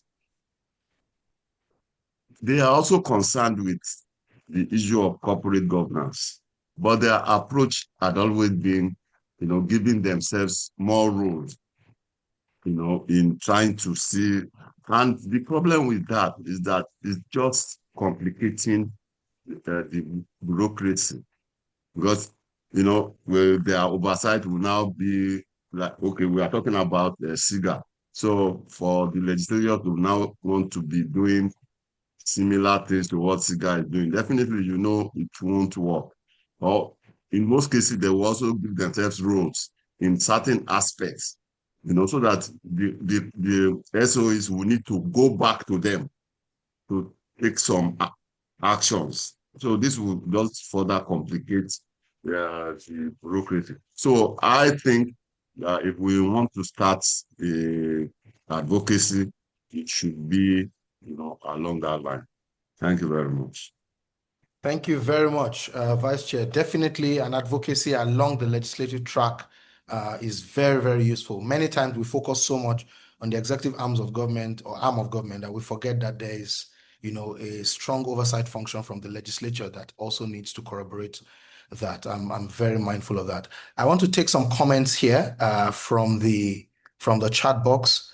I see here from Abubakar Suleiman, but we also need to address the issue where regulators are more into revenue generation rather than effective regulation to strengthen the system and make things better. I think that's coming from a few other comments upwards, but I like the point that he has made that many times it looks like even some of these regulators, are pushing, or advancing a revenue generation agenda, beyond what should be done, in terms of the mandate of the enterprises or even of the regulator itself. I want to connect that to something and ask Mrs. Adio to respond to that. Apinke Efyong, I hope I got that pronunciation, says Ghana and Nigeria are quite different in terms of size. So there is more complexity in terms of regulation, appointments, and enforcement. But it says, I believe the laws to enforce board autonomy are still lacking, and the rules are there, but not being followed in all cases. I mean, you are, at the height of the legal profession, so please let us know what laws of board autonomy, to enforce autonomy are there, and how can they be better enforced? Thank you. I would like to have a dissenting view to that, because it's not so much as to the size of the country, but how the corporate governance practices are being individualized in the various enterprises that we have in the country. We've spoken extensively, as to the several codes that we have in place, the implementation steps that we can also imbibe. One other thing I would like to add for the board that I did mention earlier was that the political appointees also went ahead to get the leading consultant, an independent firm, to appoint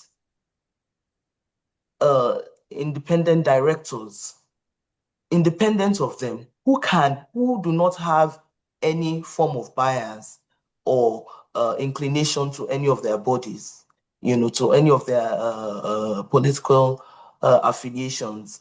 So that sort of creates more, independence, in terms of their decision making, right? And to add to the conversation about SIGA and FRCN, I believe that we can take a step further, right, in terms of empowering FRCN, right, by making them, creating some form of an audit. They audit all the SOEs from time to time. They go in and sit down and say, what is it? What are you doing here? And how can you improve on what you are doing? I recall reading in one of the journals, this corporate governance journals, and a bank CEO had mentioned that if they had any challenges, it is as a result of the regulatory pressure they have.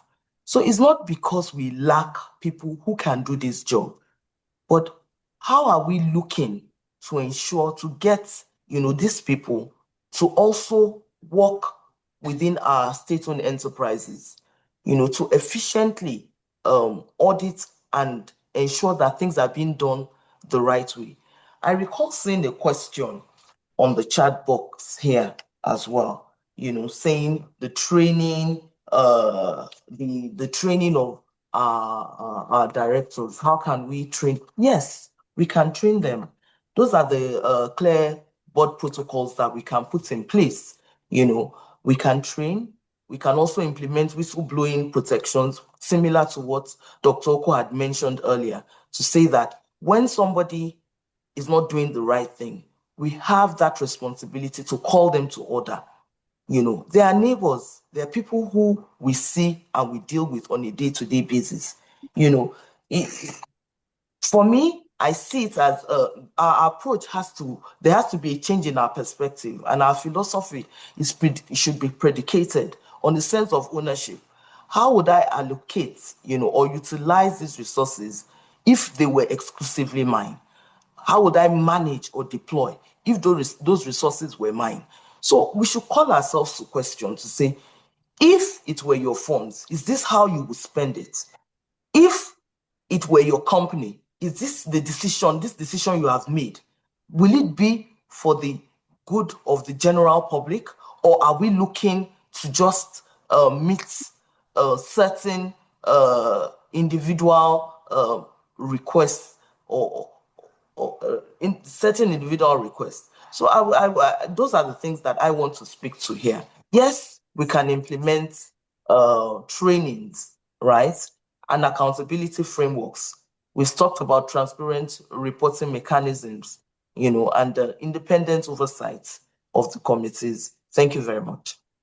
Thank you very much. I acknowledge those points, and you just took me into a question that was asked already about training and if there's any strong role of training in that. I note that that question was actually asked by our president, so I'll just give him the floor to actually also comment on those points as well. Connecting it, Mr. President, to a question here, if you don't mind. It says, what is the role being played by the CIOD in ensuring that SOEs comply with corporate governance dictates by appointing qualified directors? So I imagine this is coming from the fact that I know that the CIOD kind of vets or screens directors in the private sector, and nominates from time to time. How does that work in the state-owned enterprises? Is the CIOD also doing that? Over to you, Mr. President. Yeah, thank you very much, Dr. Akinyele. In fact, Mrs. Adio actually touched upon the question I did ask. I was maybe slightly different tangent, just trying to wonder, whether the performance of the directors of state-owned enterprises can be improved by preparing them better for those roles. So irrespective of where they come from, be it from the political class, be it from the larger population, if there's a deliberate effort to at least prepare them, train them, expose them to corporate governance, maybe, that will help improve things, at least until the time when we can, get to a situation where political considerations are not the primary considerations in appointing to, state-owned enterprises. As to what CIOD is doing, I would say a lot of it centers around collaboration and cooperation with some existing institutions that are there. When I was outlining my plans for my tenure, one of the pillars that I have decided to stand on in terms of what role that we would play as CIOD. Collaboration was one of the key elements. And when I talk about collaboration, I'm talking about collaboration with institutions like the Ministry of Finance Incorporated. Recently, Mofi set up a panel to develop a scorecard for public-owned enterprises in terms of, their implementation of corporate governance guidelines. So the scorecard was developed, and that panel is basically going to be involved, in assessing various state-owned enterprises to ascertain how far they are implementing, these corporate governance practices. In fact, our second vice president is representing CIOD on that panel. Apart from that, we're working with, the Financial Reporting Council of Nigeria. We've collaborated and given input on the new code for the public sector. So, what we're doing is more of, I would say, collaboration. We're not at the stage where we can really determine that, these are the kind of people that government should appoint. But what we think we can do better is to apply, work with them on training, work with them on developing appropriate codes so that, when they're in place, that we can do a better job. That's what we're doing so far for now. Thank you. Thank you very much, Mr. President. We are coming to the final 10 minutes of the webinar.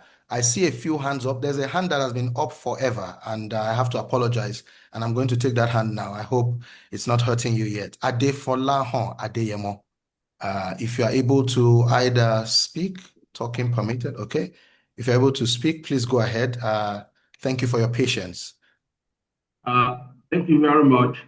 My comment that I wrote on the chat box is what the president has just talking about. So thank you very much. Okay, thank you. And thank you for acknowledging that. Thank you. I also know that my immediate past president is also on this call, Alhaji Tijani Borodo. You're very welcome, sir. I can yield the floor to you for a few seconds to give us your thoughts as well, if you are available to. I am. Thank you very much, Doctor, for this. I think Mr. President has said exactly where we are with Mofi. And I think those of us that know Murphy, okay, they're asking me to start my video. Okay. Okay, those of us that know Murphy, the Murphy we have today is different from the Murphy we had some 10, 15 years ago. We've got a vibrant team who are focused, and they are clearly supported by the Minister of Finance and the coordinating Minister for the Economy. So I think Murphy is doing a very good job. And in tandem with that, just like Mr. President has said, we are doing some collaboration with Murphy, where as an institute, we'll be in a position to even guide and influence the appointment of directors. Rather, we don't want to wait until all these people have come into the board. That's when we start training them. So I think before the directors come in, is there a process that these are the kind of fit and proper people that should be on the board of, say, an electricity generating company, okay, or in another multilateral institution that the federal government has interest in. So I think that's the way we are going as an institute. It's not going to be easy. The political appointees, okay, will always kick, but ours is to bring them into understanding that they have a role to play. Even if they are political appointees, they want the government that they are supporting to succeed. So the roles they are given on boards of companies and parastatals, they should do them so well so that that government can be proud of their people that have sent to these institutions. So the point I'm making is Murphy is doing a good job, and as IOD are collaborating with them so that we can really look some years to come to say, yes, there's an impact in terms of what Murphy has done in improving the quality of governance in public enterprises. Thank you very much. Thank you very much, my immediate past president, and I totally agree with those points. There is a question here, and I'm going to connect it to Dr. Zahn because you are now running a modernized Bureau of Statistics that I believe is digitally empowered. Somebody here is asking that, is there any Dorothy Ebo actually says, wondering whether any governance innovations like digital tools could transform SOE oversight, or is it all hinged on political willpower and intentionality?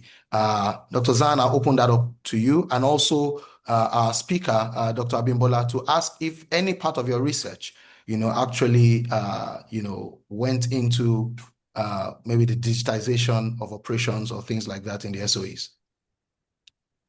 Over to you, sir. All right, that's a fantastic question, really.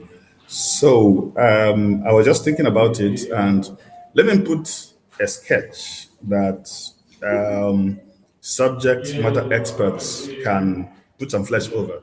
Right. So imagine let me call it an SOE maturity model dashboard.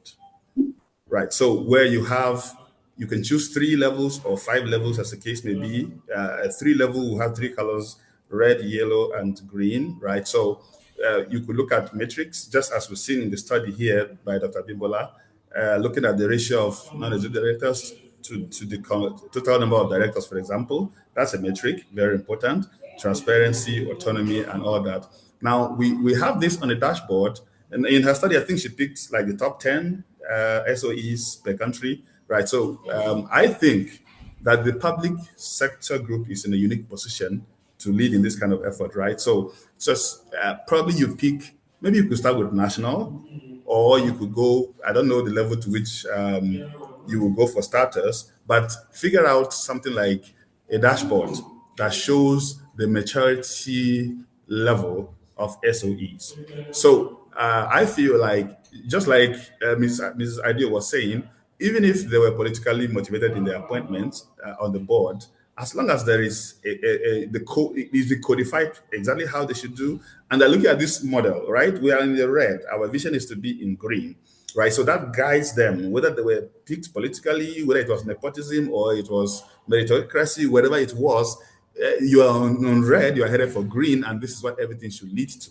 So that was a fantastic question. The digital solutions really will fix things. So, for example, even when it comes to publishing reports, instead of producing a PDF and dropping at the end of the year, why don't we go to a more modernized approach like an API-based data sharing system, right? So it's just an API that you fetch. You could fetch media, you could fetch end of year, but of course I know there are formalities for audited reports that have to go through the process before they're published. But how about those that can be published media?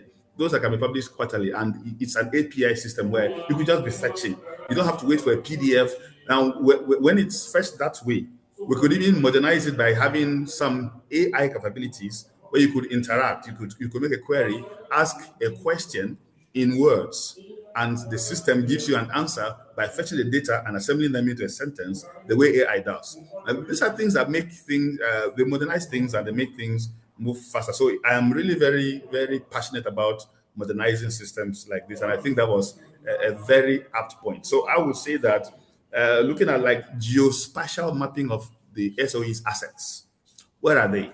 How far are they from the head office, right? How the buildings you have, where are they?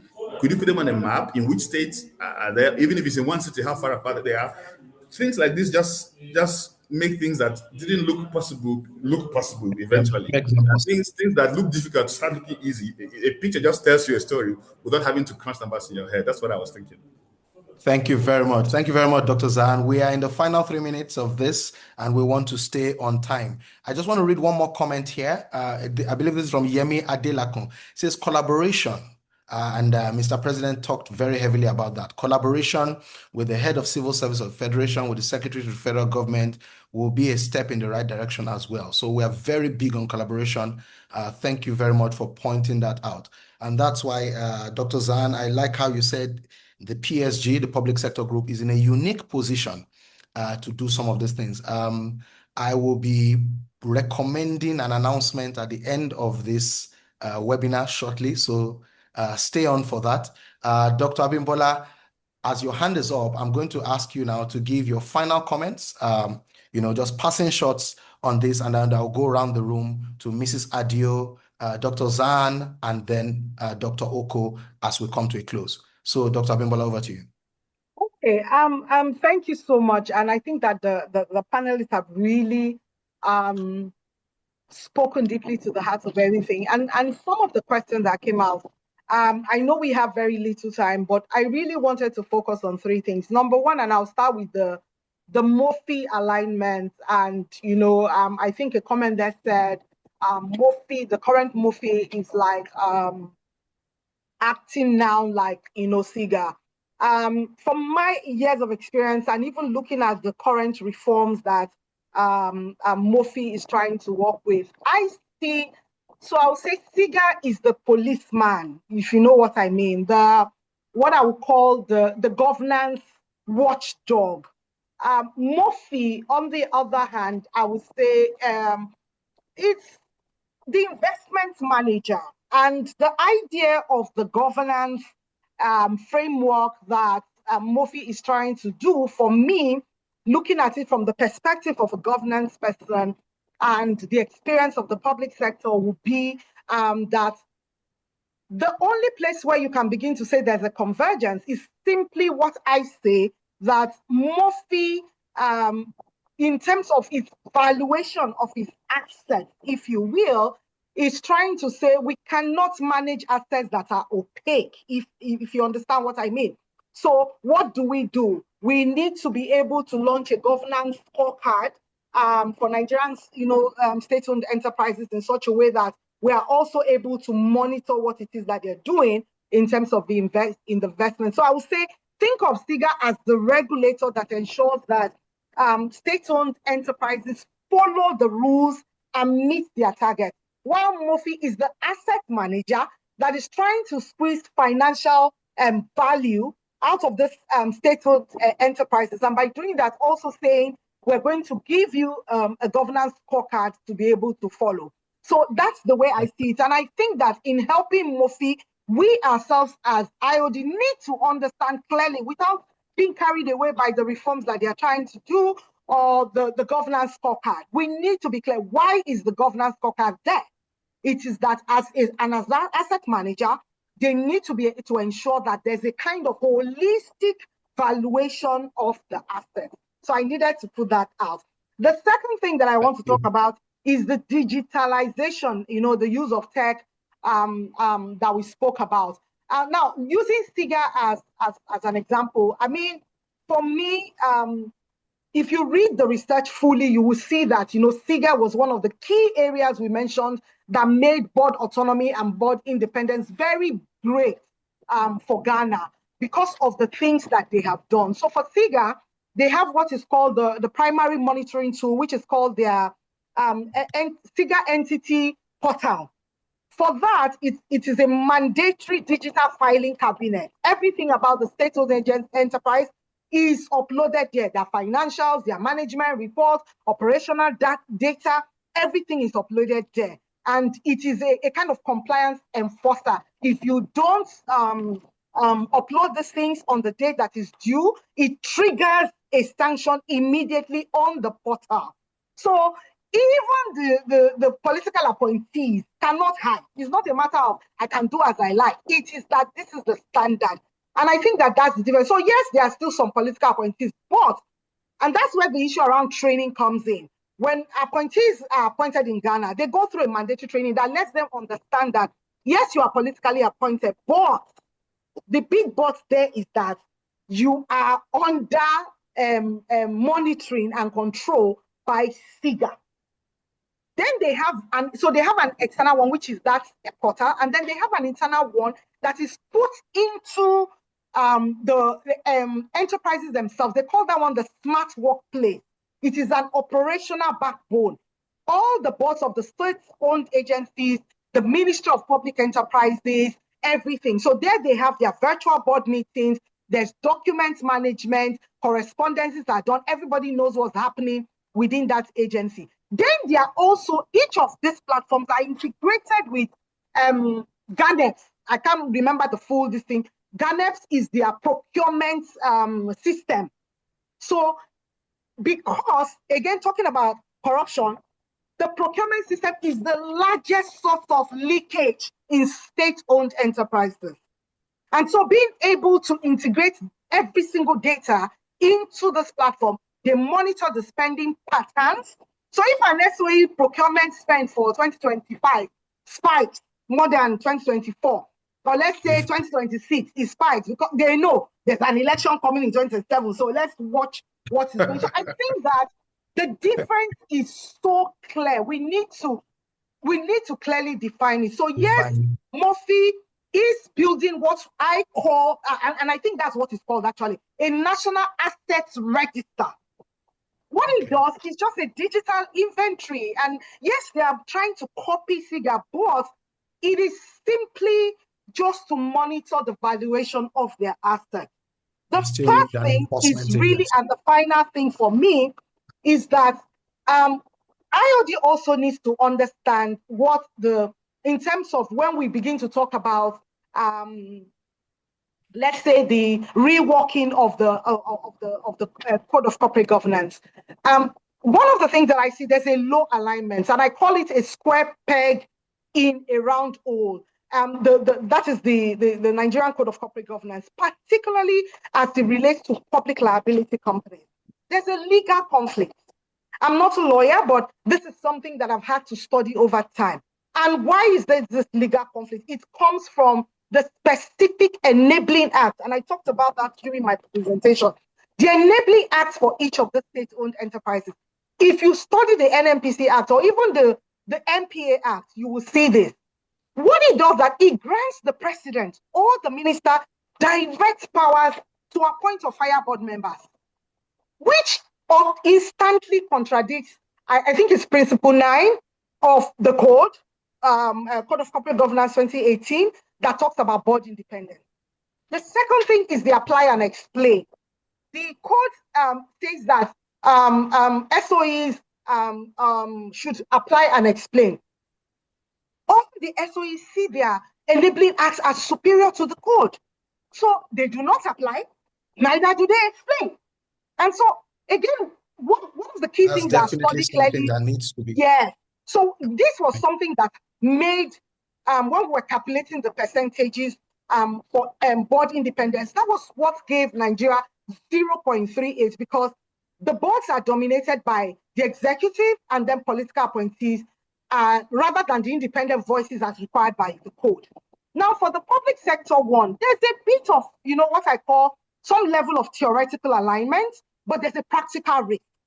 The alignment is the transparency part, which the public sector code of governance is asking for.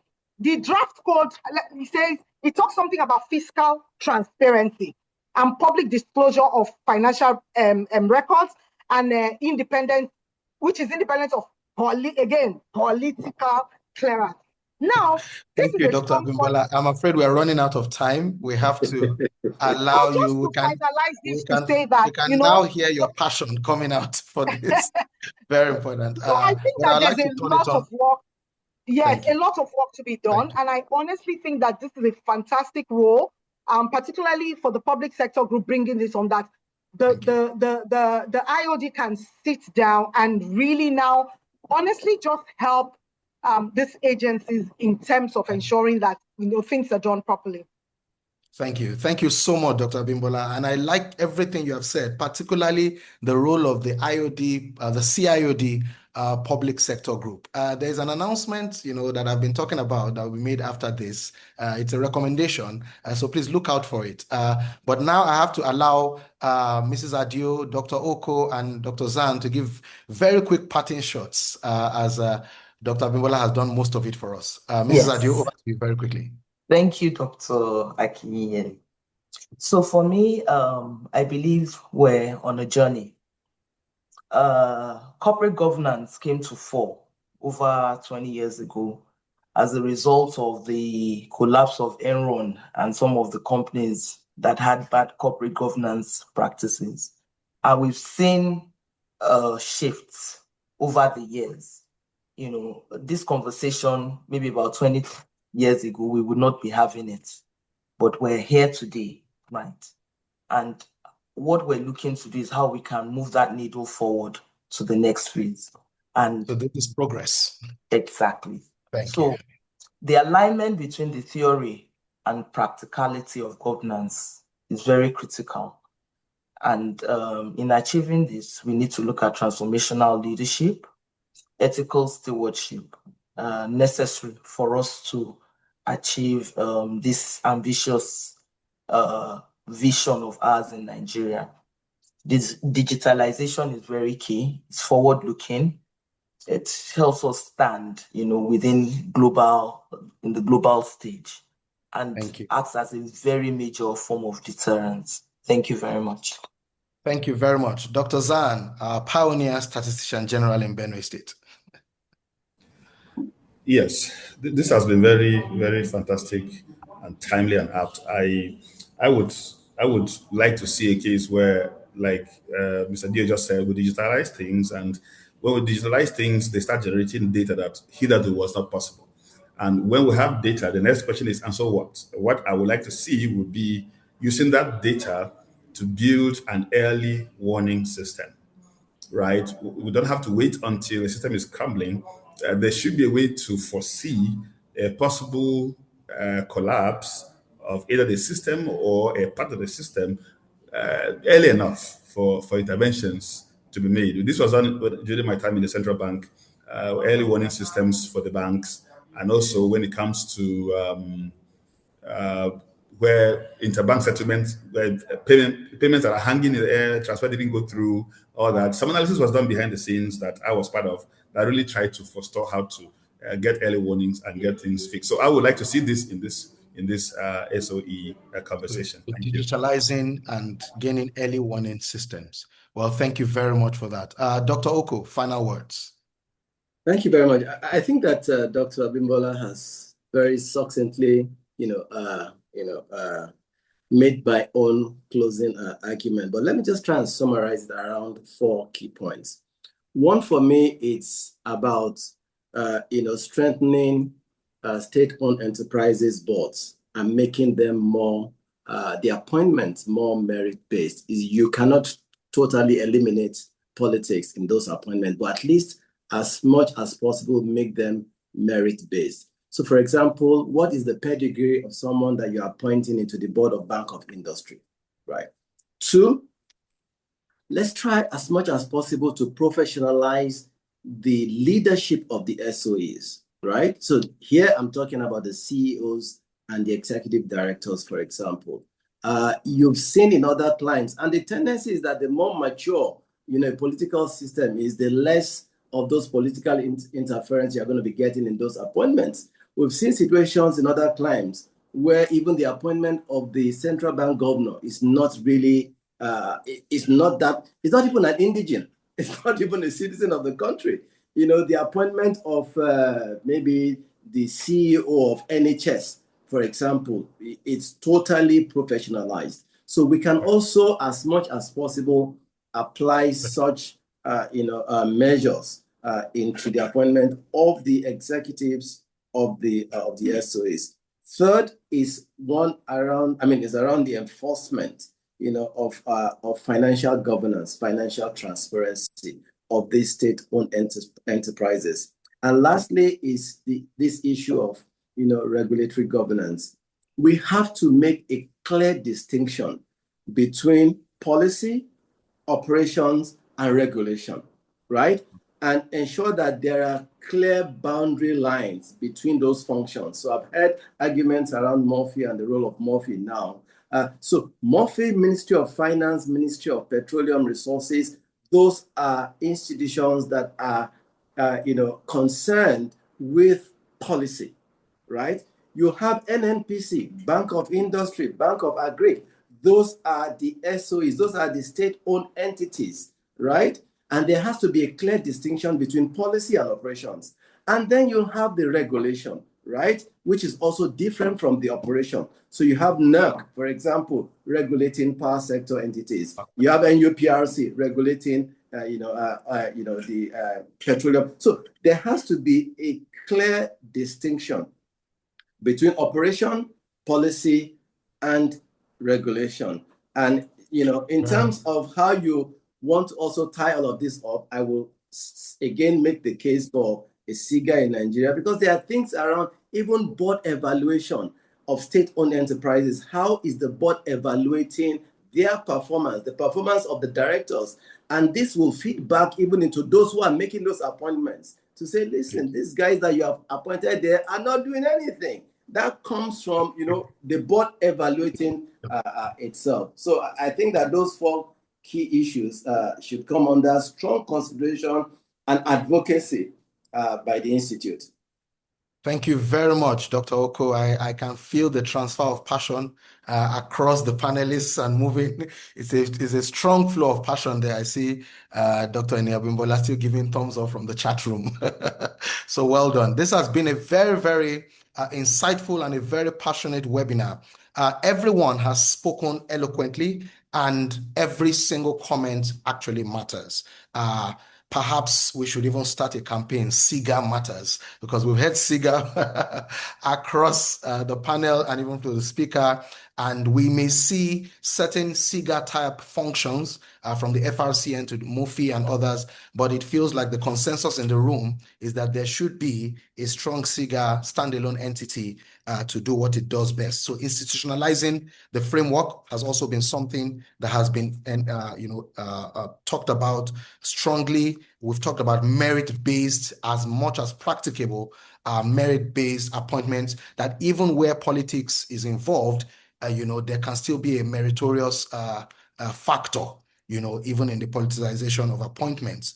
We've talked about, of course, Dr. Oko gave us his experiences from the BPE.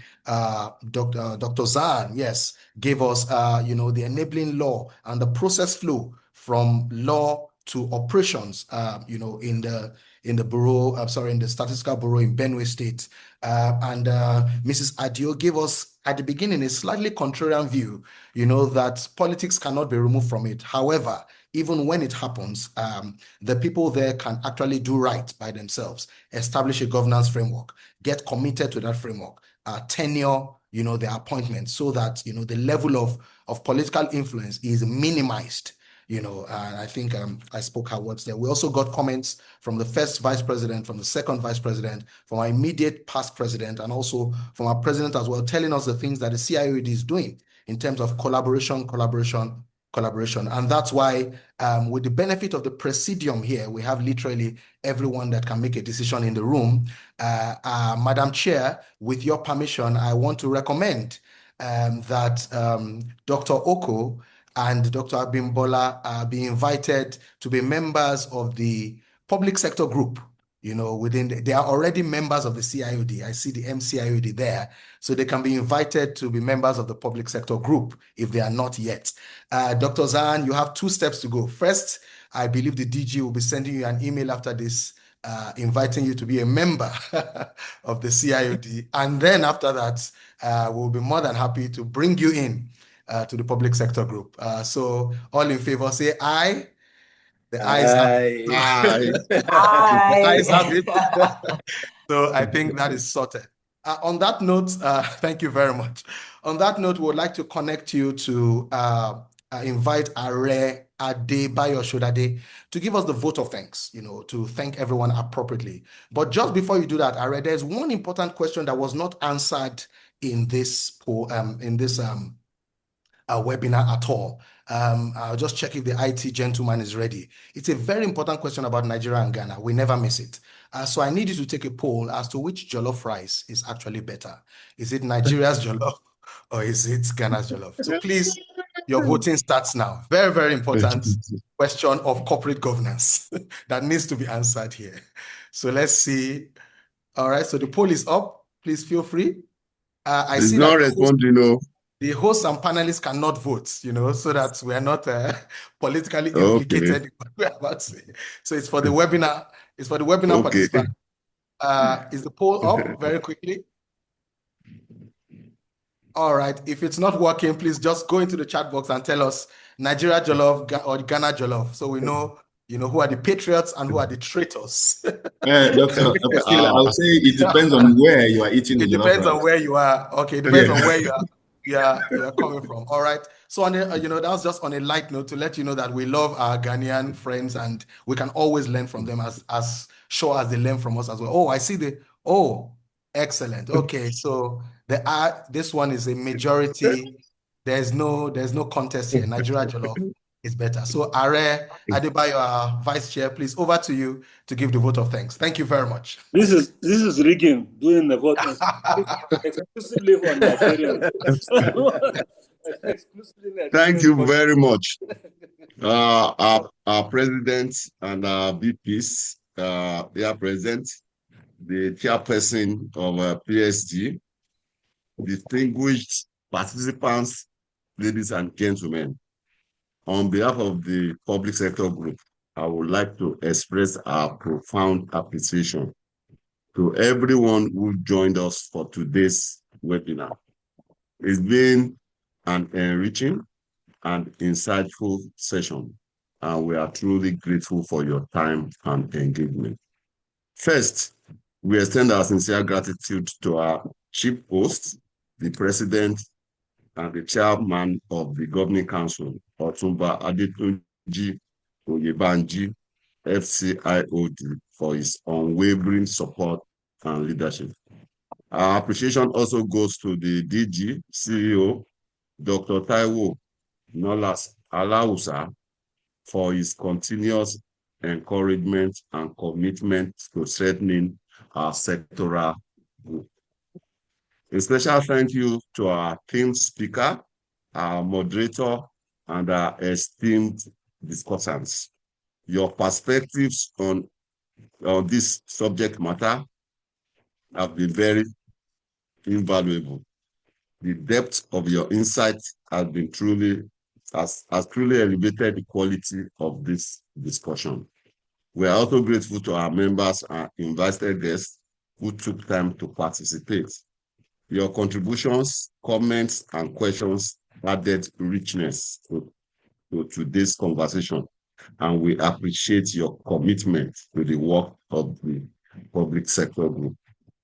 To the organizing team and everyone who worked behind the scene to make this webinar a success, we thank you for your dedication and professionalism.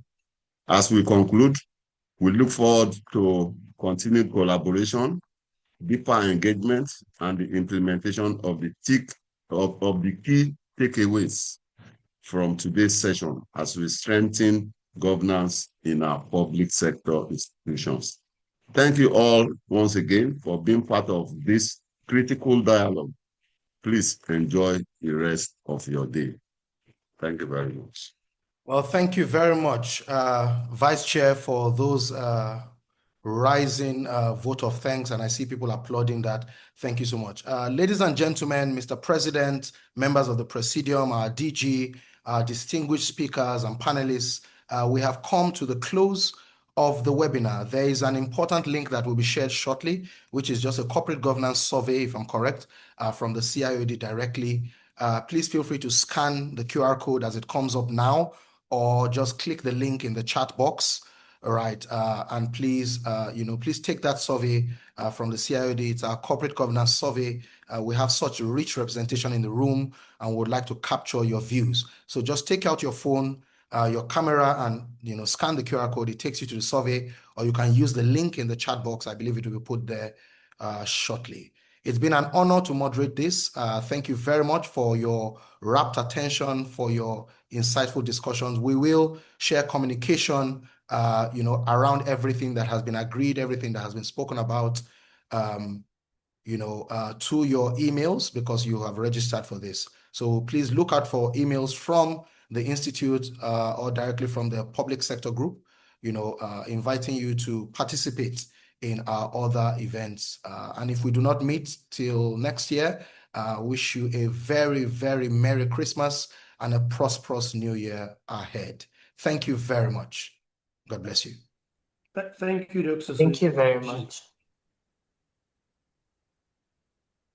Thank you. Bye.